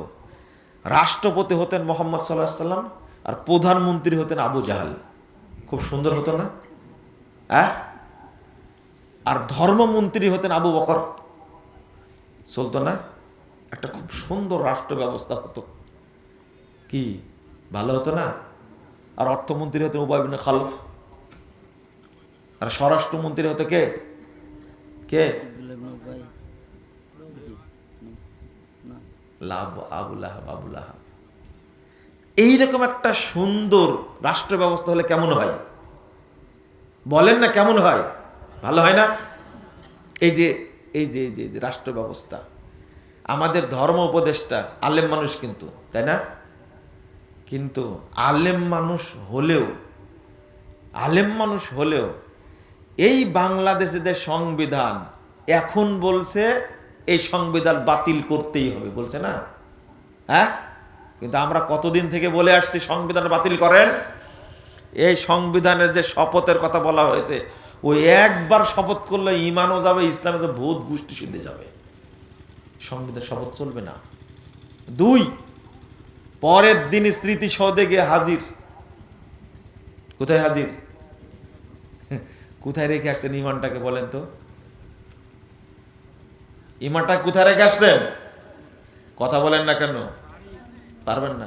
বাড়িতে রেখে আসতে না? হ্যাঁ, ঠিকই বলেছে, ইমান বাড়িতে রেখে আসছে। এরপরে গেলেন শহীদ মিনারে। কোথায় রাখলেন ইমান? ইমান রেখে তো হিজরত করা যায় না রে ভাই। এবার কি হলো?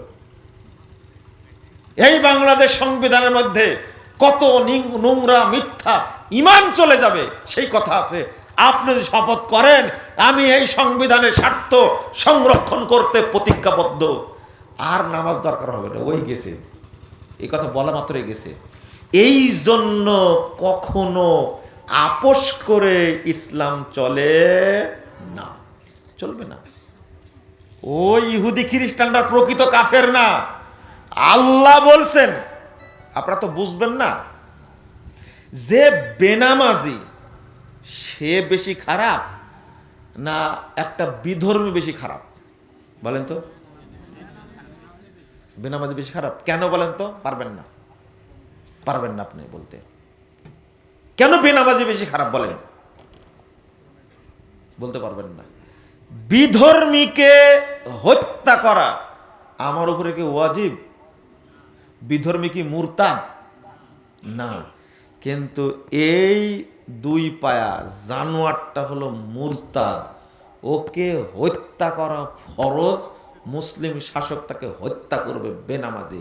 এটাই হলো এই অমুসলিম আর বেনামাজির পার্থক্য। বুঝেছেন এবার? ওকে হত্যা করতেই হবে, ওকে হত্যা করতেই হবে। আপনারা এটা বুঝলেন না। আল্লাহ কেন বললেন ঈমান আর কুফর যারা এক জায়গায় করে, শিরিক আর ঈমান যারা এক জায়গায় করে, তাওহীদ আর তাগুত যারা এক জায়গায় করে, তারাই হলো অরিজিনাল কাফের। উলাইকা হুমুল কাফিরুন হাক্কা। ওই বিধর্মের অরিজিনাল কাফের না। যারা ঈমান আর কুফরকে এক জায়গায় করে, তাওহীদ আর তাগুতকে যারা এক জায়গায় করে, আল্লাহ বলছেন এরাই হলো অরিজিনাল কাফের, এরাই হলো নির্ভেজাল কাফের, এরাই হলো প্রকৃত কাফের। আপনি বুঝেননি মনে এখন পর্যন্ত, বুঝতে সময় লাগবে। অন্তত একটা কথা বুঝলেন এখন আপনারা, যে ঈমানের সাথে কোনো কিছু মিশ্রণ করা যাবে না। বুঝেছেন? এটা যদি না করতে পারেন, আপনি ঈমানকে যদি সংরক্ষণ না করতে পারেন, কোনো লাভ হবে না, কোনো লাভ হবে না। স্বতন্ত্র, একবার স্বতন্ত্র কাকে বলে? সবাই ভুল ধরল, যেহেতু গণ অভ্যুত্থানের সরকার, এই রাষ্ট্রপতির কাছে শপথ নেওয়া যাবে না, সংবিধানে শপথ নেওয়া যাবে না, শপথ নিজেরা করবে। এই কথা আমিও বলেছিলাম, এই শপথ চলবে না। আজকে বুঝছে এই শপথটা করা ঠিক হয়নি। কেন ঠিক হয়নি? এটা তো কোন সংবিধান মেনে গণ অভ্যুত্থান হয়েছে কি? কোন সংবিধান মেনে হয়নি। কেন হবে এটা? আপনি জায়েজ বলতে পারেন, মুমিন যে জায়েজ বলতে পারে না। আল্লাহু আকবার। কিভাবে? অথচ মক্কায় মেনে নিলেন না যে নবী মুহাম্মদ সাল্লাল্লাহু আলাইহি সাল্লাম, সেই নবী যখন মদিনায় গেলেন তিনি রাষ্ট্রনায়ক হলেন না? জি জি হ্যাঁ, কেন? স্বতন্ত্র, একবারে কোনো আপোষ চলবে না, ফ্রেশ ইসলাম নাজিল হয়েছে, ইসলামই চলবে। আল্লাহ বলছেন ওয়াল্লাযী আরসালা রাসূলাহু বিল হুদা ওয়া দীনিল হক লিইয়ুযহিরাহু আলা দ্বীনি কুল্লি। 9 নম্বর আয়াত সূরা সফ। আল্লাহ পাঠাইছেন নবীকে যত মতবাদ প্রচলিত আছে, যত ধর্ম প্রচলিত আছে, সবগুলোর উপরে ইসলামকে প্রতিষ্ঠিত করার জন্য, বিজয়ী করার জন্য, আপোষ করার জন্য। কিভাবে আপোষ করবেন আপনি? আপোষের সুযোগ নাই। শিরিক করলে, তাবিজ দিলে ঈমান কি চলে যায়? চলে যায় না? ঈমান চলে যায়। আচ্ছা, তাবিজটা এই বক্তব্যগুলো তো আপনারা জানেনই।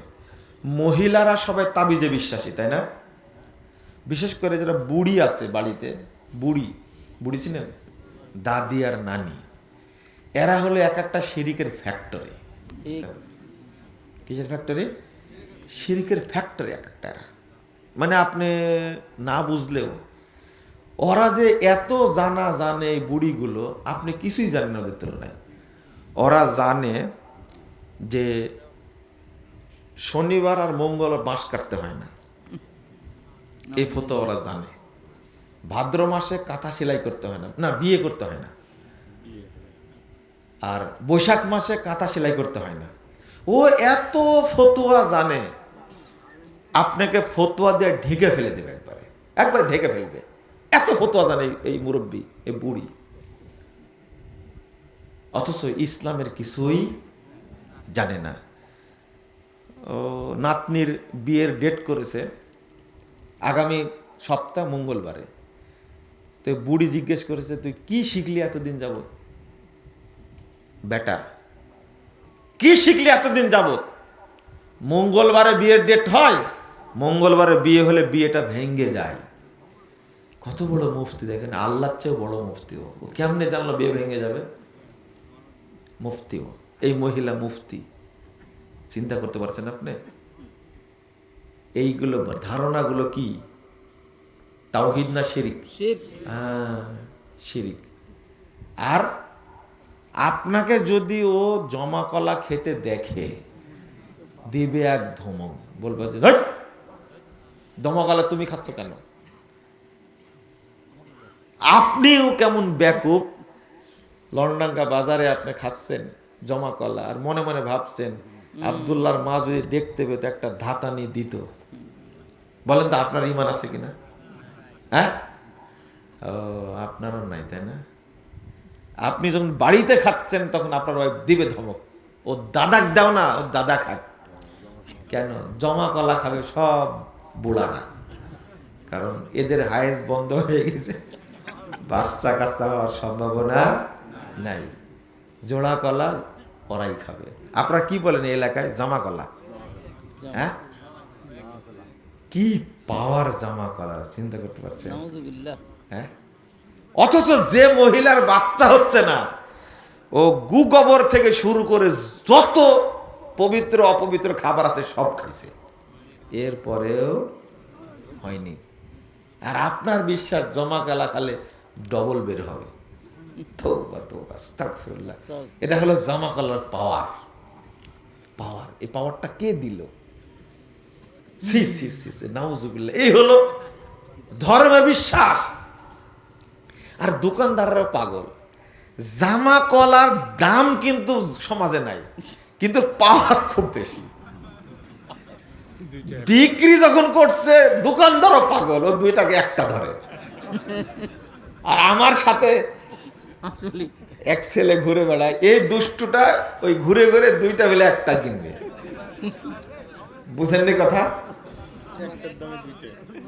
মানে দুইটা কিনবে একটার দামে। চিন্তা করতে, দোকানদারও পাগল, আপনারাও ছাগল, মহিলারাও গাধা, সব একরকম হয়ে গেছে সমাজে। বুঝতে পারলেন? তওবা তওবা তওবা, আস্তাগফিরুল্লাহ।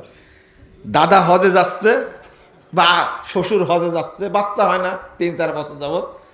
তো বৌমা বলছে যে আব্বাজান মক্কা থেকে মরিয়ম ফুল নিয়ে আসেন। হ্যাঁ বাবা, অবশ্যই নিয়ে আসবো, তোমার তো নিয়ে আসবো মা, তুমি টেনশন করে নিয়ে আসবো। নিয়ে আসলো মরিয়ম ফুল, খালো, কোনো লাভ হয় না। মরিয়ম ফুল বলে পৃথিবীতে কিছুই নাই। কথা বুঝতে পারলেন? এই হাজির হজর শেষ, বুঝেন না?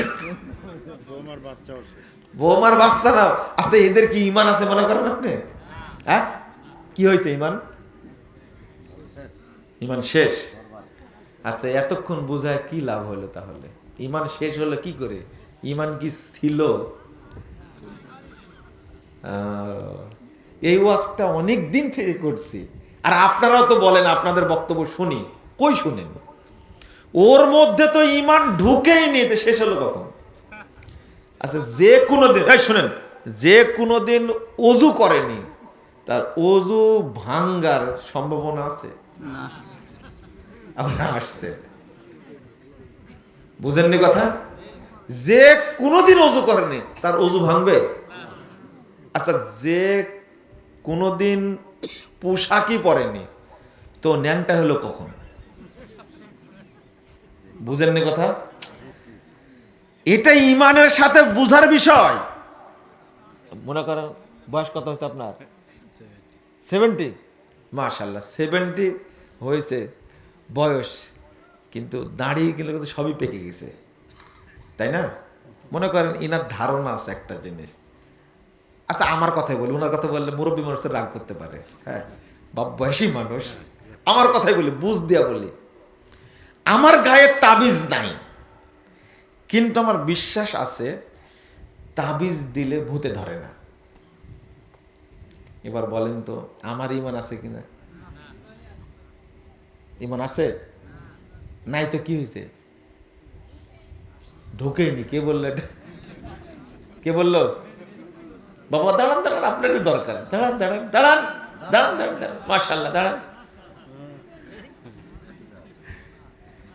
এই আগামী দিনের সৈনিক হবে ইনশাল্লাহ। ইনশাআল্লাহ। ওর মাথায় ঢুকছে, ইমান এখনো ঢুকেইনি। বুড়া হয়ে কি করলেন আপনারা? ওই যে বললো যে ইমান ঢুকেইনি এখন পর্যন্ত, তাহলে নষ্ট হওয়ার কোনো সম্ভাবনাই না। আমাদের অবস্থানটা বর্তমানে এই রকম, এই রকম। সামান্য ধারণা আছে যে তাবিজ দিলে দাঁতের ব্যথা ভালো হয়ে যায়। নাউযুবিল্লাহ। এইটা আমি ঝুলাইনি তাবিজ, বাধা নাই, কিন্তু আমার বিশ্বাস আছে। আমার বয়স এখন 70। বলেন তো আমার মধ্যে ইমান ঢুকেছে কি? আচ্ছা, ইমান কি আপনার মতো ছেঁচড়া, আপনার মতো বোকা? ইমান হলো মর্যাদাবান, ইমান খুব সম্মানী জিনিস। আপনার বাড়ির উপর দেওয়া যায়নি ইমান। যে জায়গায় শিরিক হয় ওই জায়গায় ইমান ছুঁতেও যায় না। এই জন্য কথাটা হলো লা ইলাহা, আগে পরিষ্কার করেন লা ইলাহা, কোনো মাবুদ নাই, কোনো ইজম নাই, কোনো থিওরি নাই, কোনো মাযহাব নাই, কোনো মতবাদ নাই, কোনো দর্শন নাই, সব বাতিল। ইল্লাল্লাহ, আছে কে? একমাত্র আল্লাহ। এই জন্য আল্লাহ আল্লাহ আল্লাহ এই জিকির করা হারাম, এটা চলবে না। ইল্লাল্লাহ ইল্লাল্লাহ ইল্লাল্লাহ হারাম। বেটা, তোমার দেহটা তো অপবিত্র, তুমি আগে বলো লা ইলাহা, আমি সব কিছু অস্বীকার করছি। ফামান ইয়াকফুর বিত-তাগুত ওয়া ইউমিন বিল্লাহ ফাকাদ ইসতামসাকা বিল উরওয়াতিল বুসকা। আগে সব নাকচ করতে হবে। এই জন্য শুধু আল্লাহ আল্লাহ বলাটা হারাম, বলা যাবে না, বলা যাবে না। কারণ হলো হু হু, এটা বলা যাবে না। লা ইলাহা ইল্লাল্লাহ, এটাই বলতে হবে। আগে সব অস্বীকার করতে হবে। এই অপবিত্র অপবিত্র আবর্জনা, এই শিরিক কুফুর তাগুতের মধ্যে আল্লাহর নাম উচ্চারণ করলে পাপ হবে। বুঝলেন না মনে কথা, তাই না? 17,454 নম্বর হাদিস মুসনাদ আহমদের মধ্যে এসেছে।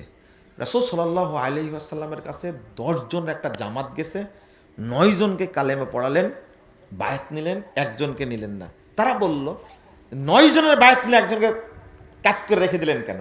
আল্লাহ রাসূল বলছেন ইন্না আলাইহি তামিমা, শোনো তাদের ভিতরে কি আছে, তার শরীরে তাবিজ বাঁধা আছে। এটাকে আল্লাহ রাসূল জানতেন? জানতেন এটা? কে জানাইছে বলেন তো দেখি? জিবরিল হ্যাঁ, আল্লাহ জানাই দিছে। ফাদ খালাই বিয়াদিহি, ফাদ খালাই ইয়াদাহু, তার হাতটা শরীরের মধ্যে ঢুকায়া ফাকাতাহু, ছেড়ে ফেলে দিল। ফাবায়াহুন নবী সাল্লাল্লাহু আলাইহি ওয়াসাল্লাম, আল্লাহ নবী তার বায়াত নিলেন। এইটা বুঝলেই আপনার কাছে স্পষ্ট হবে। এখন এক হুজুরের কথা হলো, আল্লাহ নবী কি এত কড়া ছিলেন? তখন মুসলমানই ছিল না।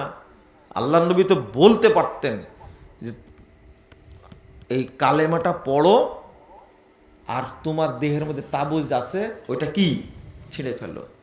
কালেমাটা পড়ানোর পরে তো বলতে পারতেন তাবিজটা, কাট করে রেখে দিলেন কেন? বুঝেননি মনে হয় কথাটা? ওরা আসছে দূর থেকে পায়ে হেঁটে, ক্ষুধার্ত মানুষ, ইসলামকে ভালোবাসে, নবীকে ভালোবাসে, আল্লাহকে ভালোবাসে, কোরআনকে ভালোবাসে, কিন্তু 9 জনের শুধু কি পড়ালেন? কালেমা পড়ালেন, বায়াত নিলেন, একজনে নিলেন না। তার প্রশ্ন, এই হুজুরের প্রশ্ন হলো, এত কঠিন না আল্লাহ রাসূল? আপনার বুঝতেই ভুল হয়েছে। বায়াতটা নিয়ে তারপরে আল্লাহ নবী বলবেন যে তোমার ভিতরে একটা তাবিজ আছে, খুলে ফেলো, তাহলে ঝামেলা শেষ। কিন্তু তাকে কাট করে রেখে দিবে। আপনাদের কি মনে হয় বলেন তো দেখি? কাট করে রেখে দিয়েছিল কিনা? হ্যাঁ, হাদিস কি বলে? সাহাবেরা কলু বায়াতা তিসআতান ওয়া আমসাকা হাযা, আপনি একে বাদ দিলেন আর 9 জনকে নিলেন কেন? বুঝেছেন কথা? তখন বলছে দেহে কি আছে? তাবিজ বাঁধা আছে। আল্লাহ খবর দিয়ে দিছে ওকে কালেমা পড়ানো। তাবিজ থাকলে কালেমা পড়তে পারবে না। আশহাদু আল্লা ইলাহা ইল্লাল্লাহ ওয়াহদাহু লা শারীকা লাহু ওয়া আশহাদু আন্না মুহাম্মাদান আবদুহু ওয়া রাসূলুহু, এই কথা বলার অধিকার রাখে না তাবিজ থাকার কারণে। আর তাবিজ নিয়ে আপনি নামাজ পড়েন, তাবিজ নিয়ে আপনি হজ করেন, মানে ওই শিরকি আকীদা, শরীরে শিরক বাধা আছে। এই অবস্থায় কালেমা শাহাদত উচ্চারণ করাই হারাম। উচ্চারণ করাই কি? কিন্তু আপনার বিশ্লেষণ মুসলমানই নাই, 10 জন আসছে, তাও আর তো শর্ত। আল্লাহর কাছে জনসংখ্যা জরুরি? আল্লাহর কাছে সংখ্যা জরুরি না। তাহলে আজকে বাংলাদেশের কি অবস্থা? বেড়ি জরুরি, বেড়ি দিলে ভোট পাওয়া যাবে। কি পাওয়া যাবে? ঠিক, ভোট পাওয়া যাবে, বেড়ি জরুরি, শিরিক টিরিক দরকার নাই। কি যে অবস্থা! এখন জামাত ইসলামের হিন্দু কমিটি তৈরি করছে। নাউজুবিল্লাহ। কি কমিটি? ওই জন্য গোলাম আজম সাহেব মারা গেছে। কথা বুঝতে পারলেন? এই দৃশ্য তিনি মনে হয় দেখতে পারতেন না। আল্লাহ যেন বুঝার তৌফিক দান করে। বলে দিলাম, কিয়ামত পর্যন্ত চেষ্টা করে অন্য কিছু প্রতিষ্ঠা করা যাবে, কিন্তু মিশ্রণ করে ইসলাম প্রতিষ্ঠা করা যাবে না। আপনার স্বাধীনতায় নাই, আপনার স্বাধীনতায় নাই, কি প্রতিষ্ঠা করবেন? তালেবানরা মাজার পূজারী, কবর পূজারী, পীর পূজারী হলেও ওরা স্বাধীনভাবে চালাচ্ছে। বুঝেননি কথা? ওরা তো মাজার পূজারী, তালেবানরা হলো পীর পূজারী, তারা সুফি, তাও স্বাধীন মতো চালাচ্ছে। আমেরিকাকে পাত্তা দেয় না, ও ব্রিটেনকেও পাত্তা দেয় না, পাকিস্তানকেও পাত্তা দেয় না। আমরা আমাদের মতো স্বাধীনভাবে চালাচ্ছে, যদিও এটা ইসলাম না। কি না? ইসলাম না। আপনাদের কাছে ইসলাম মনে হচ্ছে। ইরানে কি ইসলাম আছে? ইরানে ইসলাম আছে? নাই। তো ওরা শিয়া, ওরা মুসলমানই নাই। যদিও মনে করেন ইরান আপনার মুসলিম রাষ্ট্র, ওই একটা মাত্র 100% কুফরি রাষ্ট্র, সেটা হলো ইরান। এটা জানেন আপনারা? আমেরিকা 100% কুফরি রাষ্ট্র না, ওখানে অনেক মুসলমান আছে না। মুসলমানরা কাজ করে দিয়েছে বাইডেনকে, এই যে কে, কমলা হারিসকে, জানেন আপনারা? কাজ করে ফেলেছে। যা হামলা কর ফিলিস্তিনে। ওই ফিলিস্তিনে হামলায় কমলা হারিসের অবস্থা টাইট। কথা বুঝতে পারলেন? তো ওখানে মুসলমান নাই। একমাত্র খাঁটি কুফরের রাষ্ট্র একটা হলো ইরান, যেখানে কোনো সুন্নি মুসলিম নাই, সব শিয়ারা, সব কাফের। বুঝবেন? বুঝবেন। শক্ত মনে হচ্ছে আজকে, কথাগুলো আরো স্পষ্ট করে বলতে হবে, শুনতে হবে, বারবার পরিষ্কার হবে ইনশাল্লাহ। শেষে একটু ধৈর্য আছে, কি ধৈর্য আছে? একটু আছে, আর একটু অল্প টাইম সময় দেন আমাকে। আল্লাহ রাব্বুল আলামিন বলছেন আমিলাতুন নাসিবা, আমুলকারী ব্যক্তি আমুল করতে করতে ক্লান্ত হয়ে গেছে, তাসলা নারান হামিয়া, তারা নিক্ষিপ্ত হবে প্রজ্বলিত জাহান্নামে। কোথায়? প্রজ্বলিত প্রজ্বলিত জাহান্নামে। জাহান্নামে। কোন আমুল এটা তাহলে? কোন আমুল? আল্লাহ বলছেন অকদিমনা মা আমিলু মিন আমালিন ফাজআলনাহু হাবাআম মানসুরা, তারা যে আমলগুলো করেছে, আমলগুলো দেখার জন্য আমি কি অগ্রগামী হব, অতঃপর সব আমলকে আমি নষ্ট করে দেব। কে বলছেন? আল্লাহ। 23 নম্বর আয়াত সূরা ফুরকান। আমি এটা দ্বারা বোঝাতে চাচ্ছি যে আমল করবেন সুন্নাহ মোতাবেক, বিনা দলিলের কোনো আমল করবেন না। 1718 নম্বর হাদিস, সহিহ মুসলিম এসেছে, আল্লাহ রাসূল বলছেন মান আমিলা আমালান লাইসা আলাইহি আমরুনা ফাহুয়া রাদ, বাতিল। কেউ যদি এমন আমল করে যে আমল করার নির্দেশ আমরা দেইনি, আমাদের পক্ষতে নাই, ফাহুয়া রাদ, সেটা হলো কি? বাতিল, প্রত্যাখ্যাত, ওই আমল চলবে না।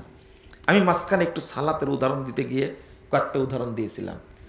আমাদের সালাতগুলো বাতিল হওয়ার কারণ হলো সালাতের মধ্যে বেদাতে পরিপূর্ণ। বেদাতে কি? পরিপূর্ণ। সালাতের বক্তব্য কেন দিই? কারণ সালাত ঠিক হলে অন্য আমল অটো ঠিক হয়ে যাবে, অটো কবুল হয়ে যাবে। এই জন্য সালাতের বক্তব্য বেশি দিতে হবে, সালাতটাই বেশি আপনি প্রশিক্ষণ নেবেন। আপনি সালাতের মধ্যে ঢুকছেন যখন, দেখেন কত বেদাত করেন। হুজুর দাঁড়িয়ে পাগড়িটা আগে বেঁধে নিল। কি বেঁধে নিল? পাগড়ি। সালাতের শুরুতে পাগড়ি বাঁধা বেদাত, বেদাত। কোনো সহিহ হাদিস নাই, এটা বেদাত, যা আছে জাল হাদিস। 2 নম্বর, ইমাম সাহেব বলছে কাতার সোজা করি, মোবাইল বন্ধ করি, উভয়ের মাঝে 4 আঙ্গুল ফাঁক রাখি। শুনেন, আচ্ছা এই কথা বলবে কেন? কাতার সোজা করি, মোবাইল বন্ধ করি।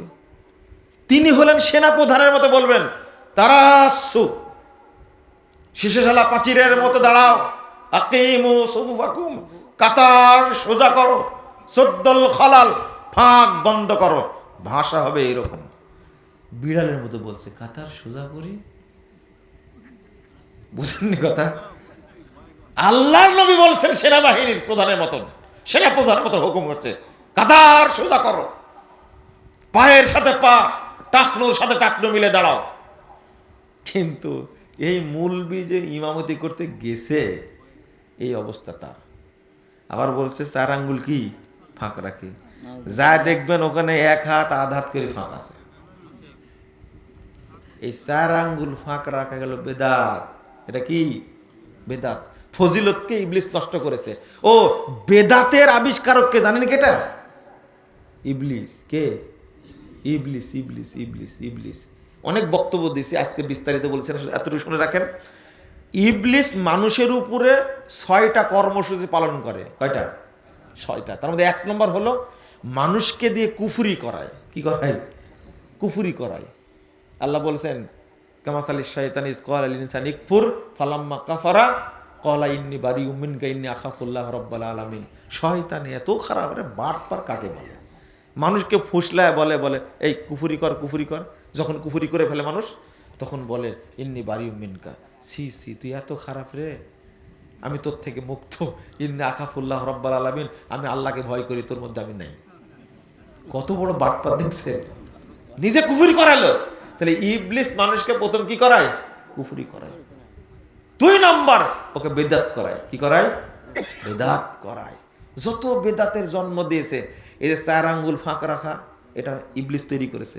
আর এটার প্রচার করেছে হলো ইবলিসের বেতনভুক্ত নিয়োগকৃত এজেন্ট যারা, আলেম রাঙের মুলবি নামের যারা আছে না, এরাই হলো ইবলিসের এজেন্ট। আল্লাহ যেন এদেরকে হেদায়েত দান করে। এবার কি করছে ইমাম সাহেব?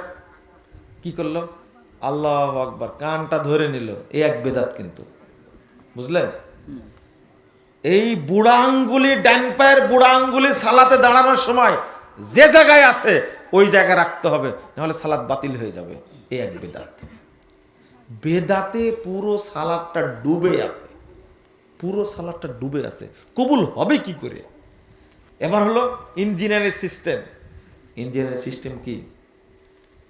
এই যে হাতটা ধরতে হবে এইভাবে, এই 2 আঙ্গুল দিয়ে এইভাবে ধরতে হবে, আর 3 আঙ্গুল পিঠে রাখতে হবে। ইঞ্জিনিয়ারিং সিস্টেম, এটা হলো বেদাত। এটা কি? বেদাত। তারপরে নাওয়াইতু পড়ে না? নাওয়াইতু পড়ে, এটা কি? আরে নাওয়াইতু পড়ে তো পড়ে, শুধু একটা, জহরের আলাদা, আসরের আলাদা, মাগরিবের আলাদা, এশার আলাদা, জানাজার আলাদা, ঈদের আলাদা, বেতের আলাদা, তাহাজ্জুদের আলাদা। আপনি যখন হাত বেঁধে আল্লাহু আকবার বলে দাঁড়ান, সানা কি সবগুলো আলাদা? একটাই, কিন্তু সব নিয়াত আলাদা। এটা ইহুদি খ্রিস্টানদের চক্রান্ত। নিয়াতের ভারেই যেন ও সালাতের পাশে না যায়। ও বলবে নিয়াতই মুখস্থ নাই, কেমনে সালাত পড়বো? যা, পড়বোই না সালাত। চিন্তা করতে পারছেন আপনি? ভাবতে পারছেন? তারাবির আলাদা নিয়াত, 4 রাকাত আলাদা, তারাদের মাঝখানে আবার একটা দোয়া, এত নিয়াত তৈরি করেছে। নাউজুবিল্লাহ, আস্তাগফিরুল্লাহ। তো সালাত কি কবুল হওয়ার সম্ভাবনা আছে? আচ্ছা, আপনারা কি বিশ্বাস হয়? মনে করেন 30 মণ দুধ, কয় মণ? 30 মণ দুধের মধ্যে 1 মগ মাত্র গরুর পেশাব, ওই গরুরই, কোন গরুর? ওই গরুরই পেশাব একটু মারি দেন, তো দুধগুলো কি হয়ে যাবে? মাখন হয়ে যাবে, তাই না? ঘি, ছানা হয়ে যাবে, এভাবে ছানা হয়ে যাবে। বাহ, খুব ভালো। শোনেন, আপনার বাচ্চাটার বয়স মাত্র কত? 6 মাস। কয় মাস? 6 মাস। তো গ্লাসের মধ্যে পেশাব করে দিছে, পানির মধ্যে। কিসের মধ্যে? 6 মাসের বাচ্চা কিন্তু, বুঝেন কিন্তু, বুড়া না কিন্তু, 6 মাসের বাচ্চা। বলেন তো, এই পানির মধ্যে যে পেশাব করলো, অপবিত্র কোনটা হলো? পানি না পেশাব? নষ্ট কোনটা হয়েছে? পানি না পেশাব? দুইটাই। পানিও নষ্ট হলো, পেশাবও নষ্ট হলো, নাকি? ওই যে বলছে দুইটাই। টাঙ্গাইয়ের এক মুরব্বী বলছিল যে দুইটাই ঠিক থাকবে, গ্লাসই নষ্ট হবে। বুঝতে পারলেন? তাহলে কত রকমের মুসল্লি আছেন আপনারা চিন্তা করেন। আজকে শুনলাম যে দুইটাই নষ্ট হয়ে যাবে, তাহলে পেশাবও নষ্ট হবে। তাও তো যেন বলেননি যে পেশাব করার কারণে, পানির মধ্যে পেশাব করার কারণে পেশাবটা ভালো হয়ে গেছে, পানি নষ্ট হয়ে গেছে, এটা যে বলেননি, এই জন্য ধন্যবাদ আপনাদেরকে। আচ্ছা, এইটা যেহেতু আপনার কানে ঢুকে যে এই ছোট একটা বাচ্চার পেশাব যদি দেওয়া হয় তবুও পানি কি হয়ে যাবে? নষ্ট হয়ে যাবে। তাহলে দুধের মধ্যে গরুর পেশাব পড়লে কি হয়ে যাবে? এটা যেহেতু বুঝেন আপনি, তাহলে এটা বুঝেন না যে সুন্নাতের মধ্যে বেদাত মিশ্রিত হলে কি কি বেদাত বাতিল হবে? কি বাতিল হবে? এইটা বুঝেন না কেন? এরপরে ইমাম সাহেব বলছে সূরা ফাতিহা পড়া যাবে না, তোমার নামাজ এক কথাই বাতিল। কারণ সূরা ফাতিহা পড়ার এত দলিল আছে, আল্লাহ রাসূল বলে দিয়েছেন একটাই হাদিস, লা সলাতা লিমান লাম ইয়াকরা বিফাতিহাতিল কিতাব, যে সূরা ফাতিহা পড়ে না তার সালাত বাতিল নাই, তার সালাত কি নাই। অথচ বলে দিচ্ছে কি জানেন? সূরা ফাতিহা পড়া যাবে না, আমিন বলা যাবে না জোরে, বরং ব্যঙ্গ করে বলছেন আমিন। বুকে হাত বাঁধা যাবে না, বরং বুকে হাত আহলে হাদিসরা কিভাবে বাঁধে? এইভাবে বুকে হাত বাঁধে, তাই না? এইভাবে বাঁধে না আহলে হাদিসরা? এই যে গরিবের আবু হানিফা, রেজাল করিম আবরা, বাহ, ভালো নাম মনে আছে ভাই আপনার। আমার বন্ধু, আমাকে গালি না দিলে ওর নাকি ঘুমই হয় না, ওর ওয়াজই হবে না, গালি দিতেই হবে একবার। বুঝতে পারলেন? মতিউর রহমান মাদানীকে বলছে দাজ্জাল। বুঝতে পারলেন কথা? আমাকে বলছে যে জারদ সন্তান। আবরার আবরার রওয়াহু আবরার আবরার রিজাল্ট করুন। এক জায়গাতে বলছে আপনারা দোয়া করেন আল্লাহ যেন হেদায়েত দান করে, তো কেউ আমিন বলে না। বলেছে আমিন বলেন, বলছে আপনিই বলেন, আমার দরকার নাই। হানাফিরাও তো অনেক আলেম আছে তাই না, এরকম ব্যাকুল আর এত মুখ খারাপ। তো আমি আল্লাহর কাছে বলি, আল্লাহ ওকে হেদায়েত দাও আর অন্তত মুখটা ভালো করে দাও। আল্লাহ কোন দিন কবুল করবে আল্লাহ ভালো জানে। সি সি সি, এত খারাপ ভাষায় বলে, এই ভাষাগুলো মনে হয় ইবলিসও খুঁজে পাবে না। সি, ও বলছে যে আহলে হাদিসরা এইভাবে হাত বাঁধে, তাই না? হাত বাঁধার হাদিসকে অস্বীকার করেছো, তোমার আর নামাজ পড়ার দরকার নাই। হাদিস অস্বীকার করো, নামাজ পড়ার দরকার। রফুল দেন এক মুরব্বী বলছে, ওরা এইভাবে মাসি তাড়ায়। 90 বছর বুখারি পড়ায়া সই বুখারিতে হাত তোলার হাদিস পাইনি, রফুলের হাদিস পাইনি। আপনি চিন্তা করতে পারছেন? মাসি তাড়ায় 4 শতাধিক সই হাদিস বর্ণিত হয়েছে। ঠিক। তোমার সালাত বাতিল, তোমার পড়া লাগবে না সালাত। আগে মুসলমান হও বেটা। হাদিস ব্যঙ্গ করলে কেন তুমি? তোমার নামাজের দরকার নাই তো, দালালি করো কেন? দালালি করো কেন? আমরা বলি কি, বুকের উপরে হাত বাঁধবেন হাদিস সহিহ, নাভির নিচে হাত বাঁধা হাদিস জয়ীফ। আর কিছু বলেছি? এই জয়ীফ হাদিসগুলো প্রতিষ্ঠা করার জন্য আবু দাউদ থেকে 4টা হাদিস তুলে দিয়েছে উপমহাদেশ থেকে। ইসলামিক ফাউন্ডেশনের বাংলা আবু দাউদে আছে, কিন্তু যেটা দাওরা হাদিস মাদ্রাসা পড়ানো হয় এটাতে নাই। তুললে কেন বেটা? আবু দাউদের হাদিসের মধ্যে আছে ইশরিনা লাইলাতান, 20 রাত্রি, কিন্তু উপমহাদেশে করেছে ইশরিনা রাকাতান, 20 রাকাত। কত বড় খায়েন! এদের আবার নামাজ লাগে রে ভাই, হ্যাঁ? এদের নামাজ লাগে।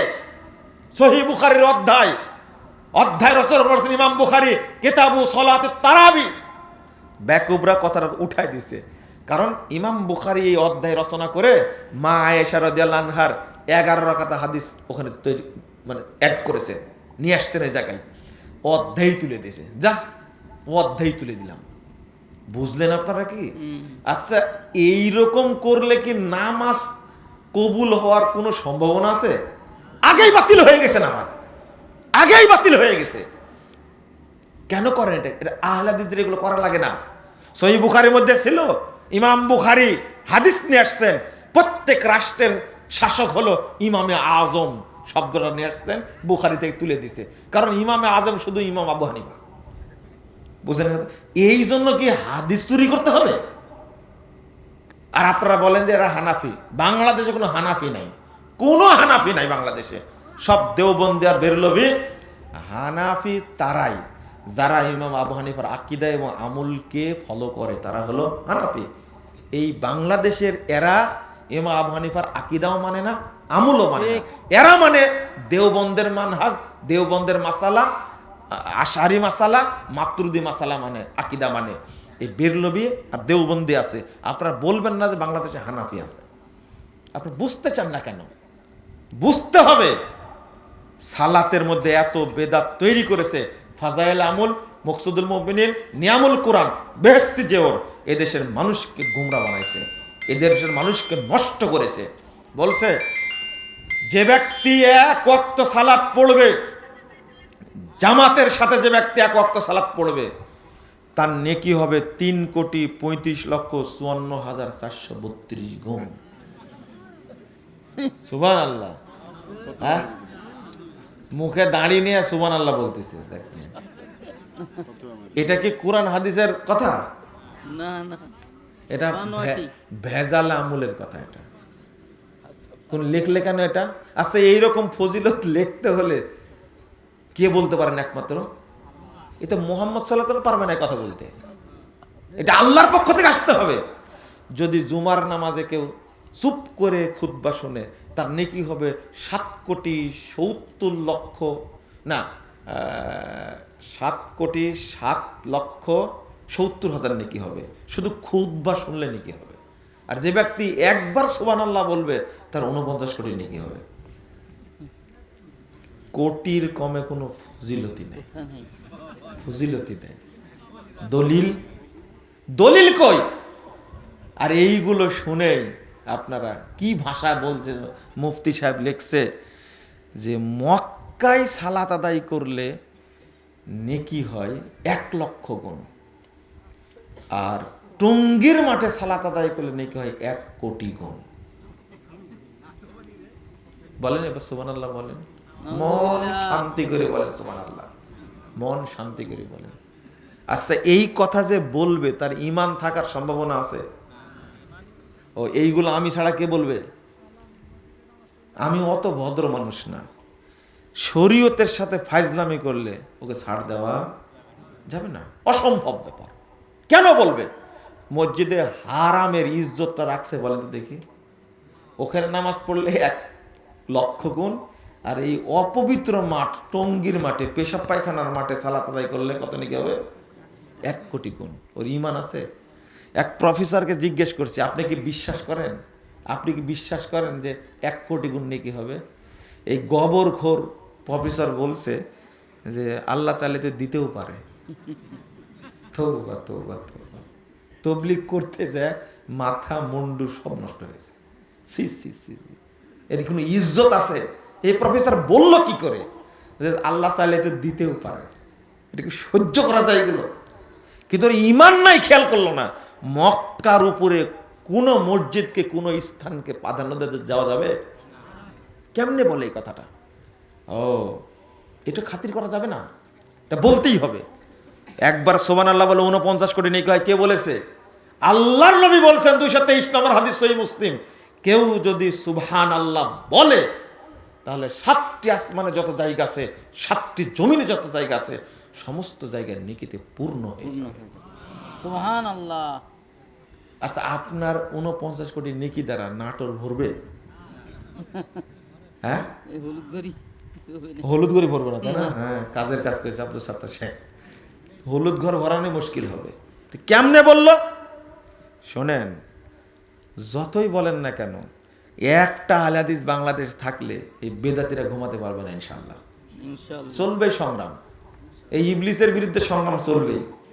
তারেক মনোয়ার সাহেব বলছে আকীদা শব্দটা কোরআন হাদিসে কোথাও নাই, এটা মানুষের তৈরি করা ফেক।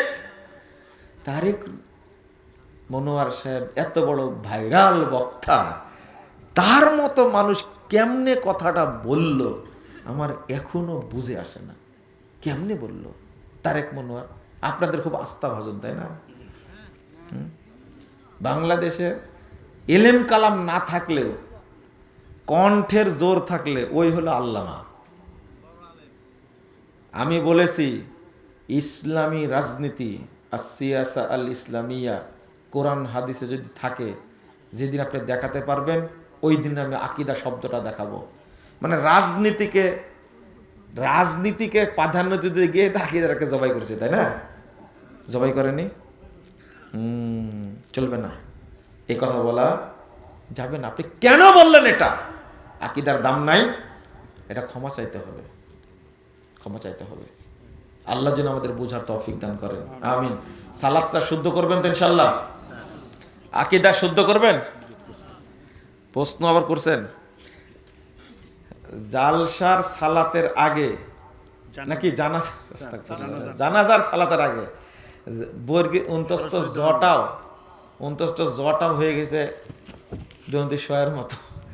আচ্ছা, জানাজার সালাতের আগে কোনো বক্তব্য দেওয়া যাবে কি?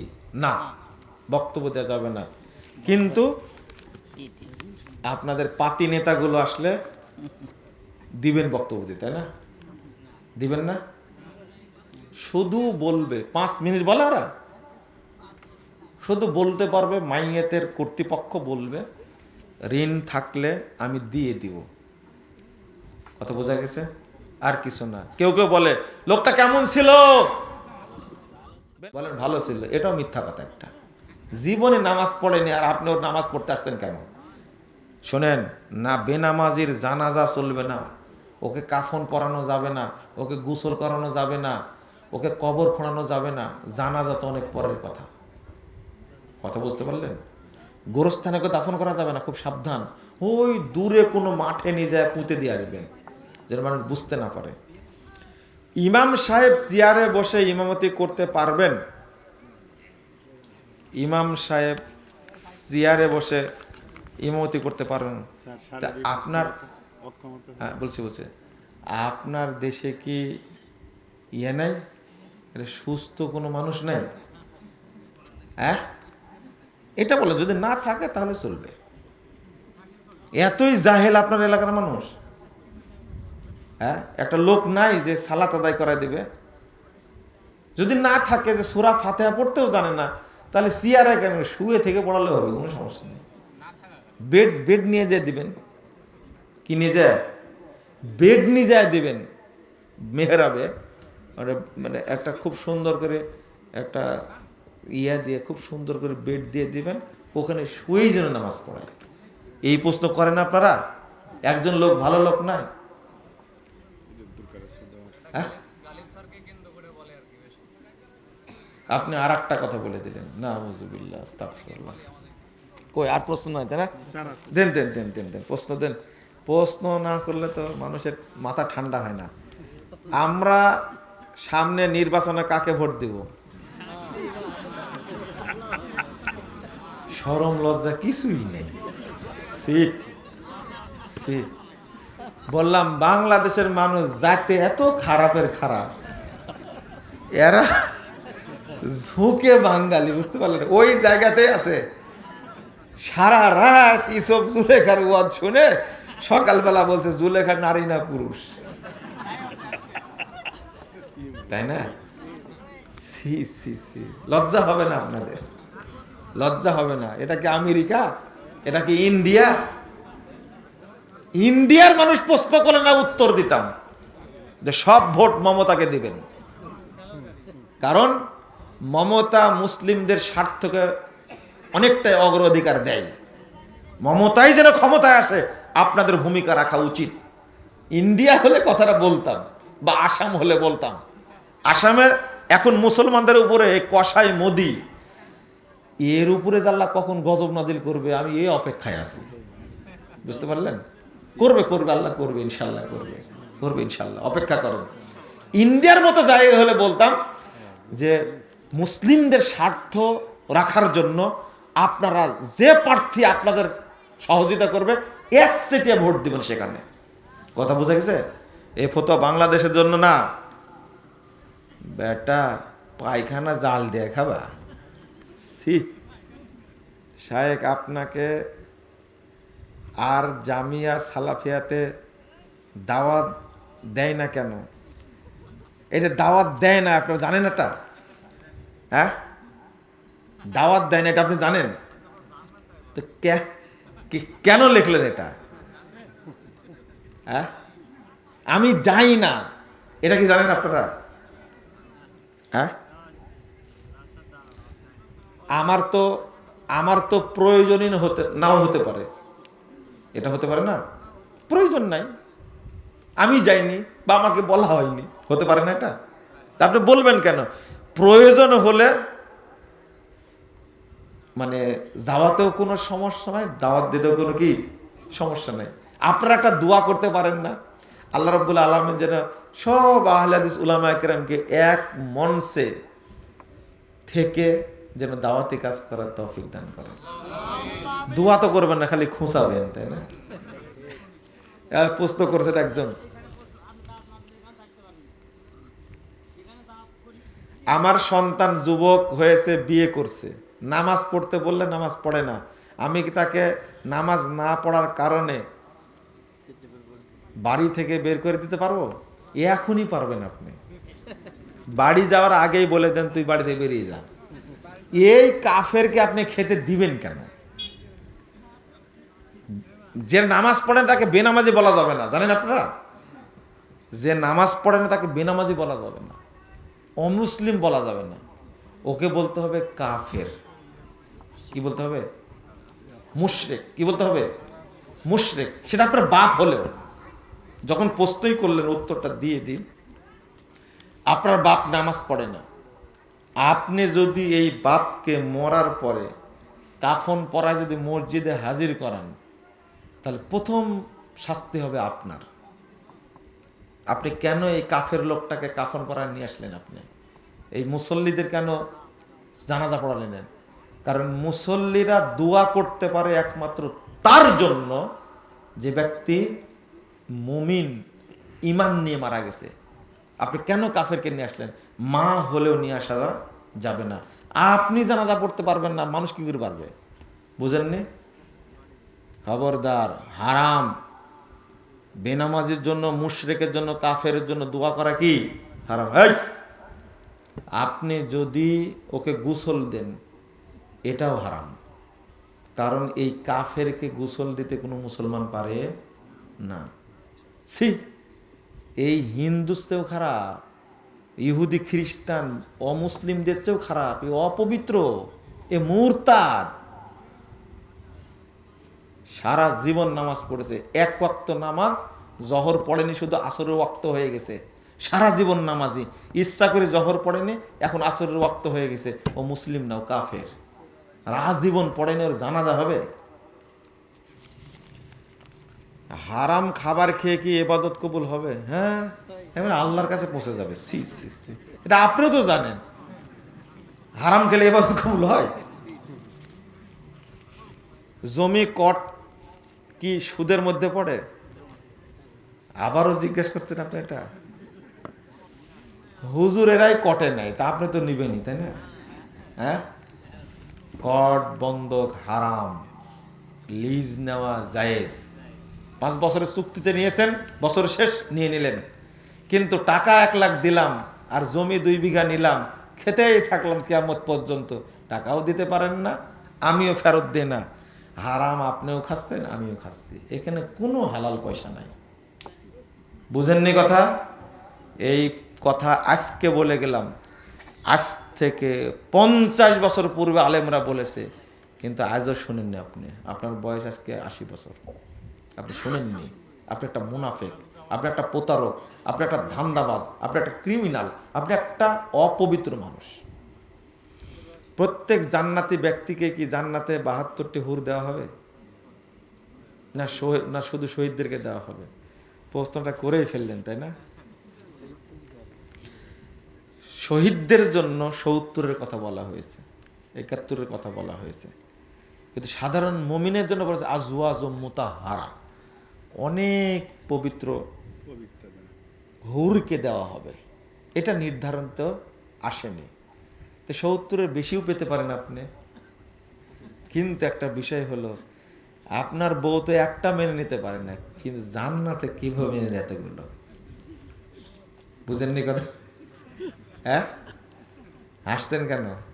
আর একটা করার শখ আছে? না না। আচ্ছা, কেন মেনে নেবে বলেন তো দেখি? আপনি আর একটা করেন, মনে করেন অথর্ব হয়ে গেছে, চলতে পারে না, অসুস্থ অবস্থায় আছে, খালি বলে দেখবেন বিয়ে আর একটা করলে হয় না, ওই অসুস্থ অবস্থাতে আপনাকে বিষ খাওয়াই দেবে। কিন্তু জান্নাতে গেলেন, আপনিও গেলেন, আপনার ওয়াইফও গেলেন, কিন্তু আল্লাহ তো আপনাকে দিবেন গিফট, তখন আপনার ওয়াইফের অবস্থান কি হবে আজকেই বোঝাপড়া করে নেবেন। বয়স হবে 33, এ দেখেন, দেখছেন মুরব্বী মানুষ, কি আর বলবো, আমাকে বলে দিলেন ওদের বয়স হবে কত। তবে সবচেয়ে সুন্দরী হবে যে আপনাকে সারা জীবন নির্যাতন করেছে, এটাই। একজন লোক প্রশ্ন করছে আমাকে যে আচ্ছা, জান্নাতে যাওয়ার পরেও কি এর আচরণ এরকমই থাকবে?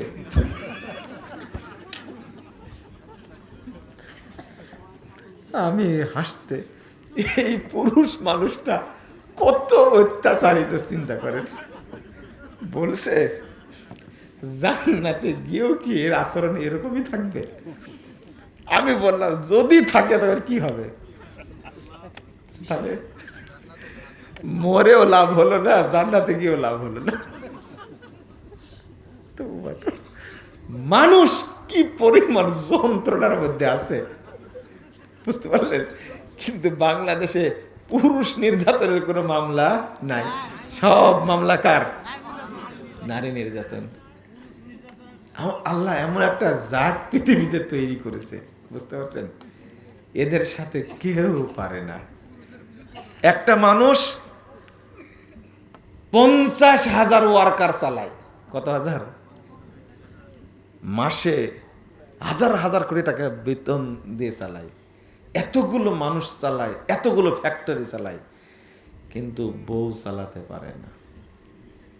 এমন একটা জিনিস, বউয়ের কাছে এ হলো একবারে অযোগ্য, আকাম্মা, সবচেয়ে অথর্ব। কার কাছে? বউয়ের কাছে। জিনিস একখান। তো যাক, আপনারা প্রশ্ন করার জায়গা পান না, এই জন্য মহিলারা আমার বক্তব্য শুনে না। হ্যাঁ,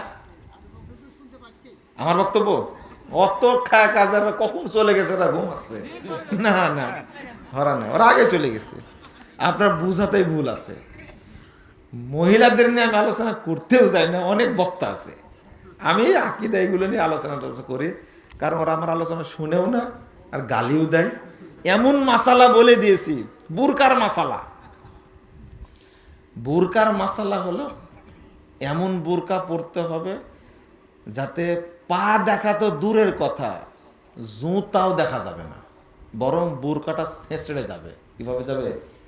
ছেঁচড়ে যাবে। এটা হলো সুন্নাতি বুরকা। যদি পা দেখা যায় তাহলে বুরকা হলো না, এটা ফুরকা, এটা বুরকা হলো না। পা দেখা যাবে না। বাড়িতে সালাত আদায় করার সময় আপনি পায়ের উপরের পাতা খোলা রাখেন, কোনো সমস্যা নাই, এটাই বেশি সহি। পায়ের পাতাটা ঢাকার ব্যাপারে যে হাদিস এসেছে, হাদিসটা জয়ীফ। কথা বুঝতে পারছেন? পায়ের পাতা উন্মুক্ত রাখেন, খোলা রাখেন, সালাত পড়েন, কোনো সমস্যা নাই। কিন্তু বাহিরে যখন বের হবেন আপনার কিছু দেখা যাবে না। আপনি ঢং করে যে বুরকার 2 সাইডে কাটি রাখছেন, হারাম বুরকা। এই বুরকা পোড়াতে হবে।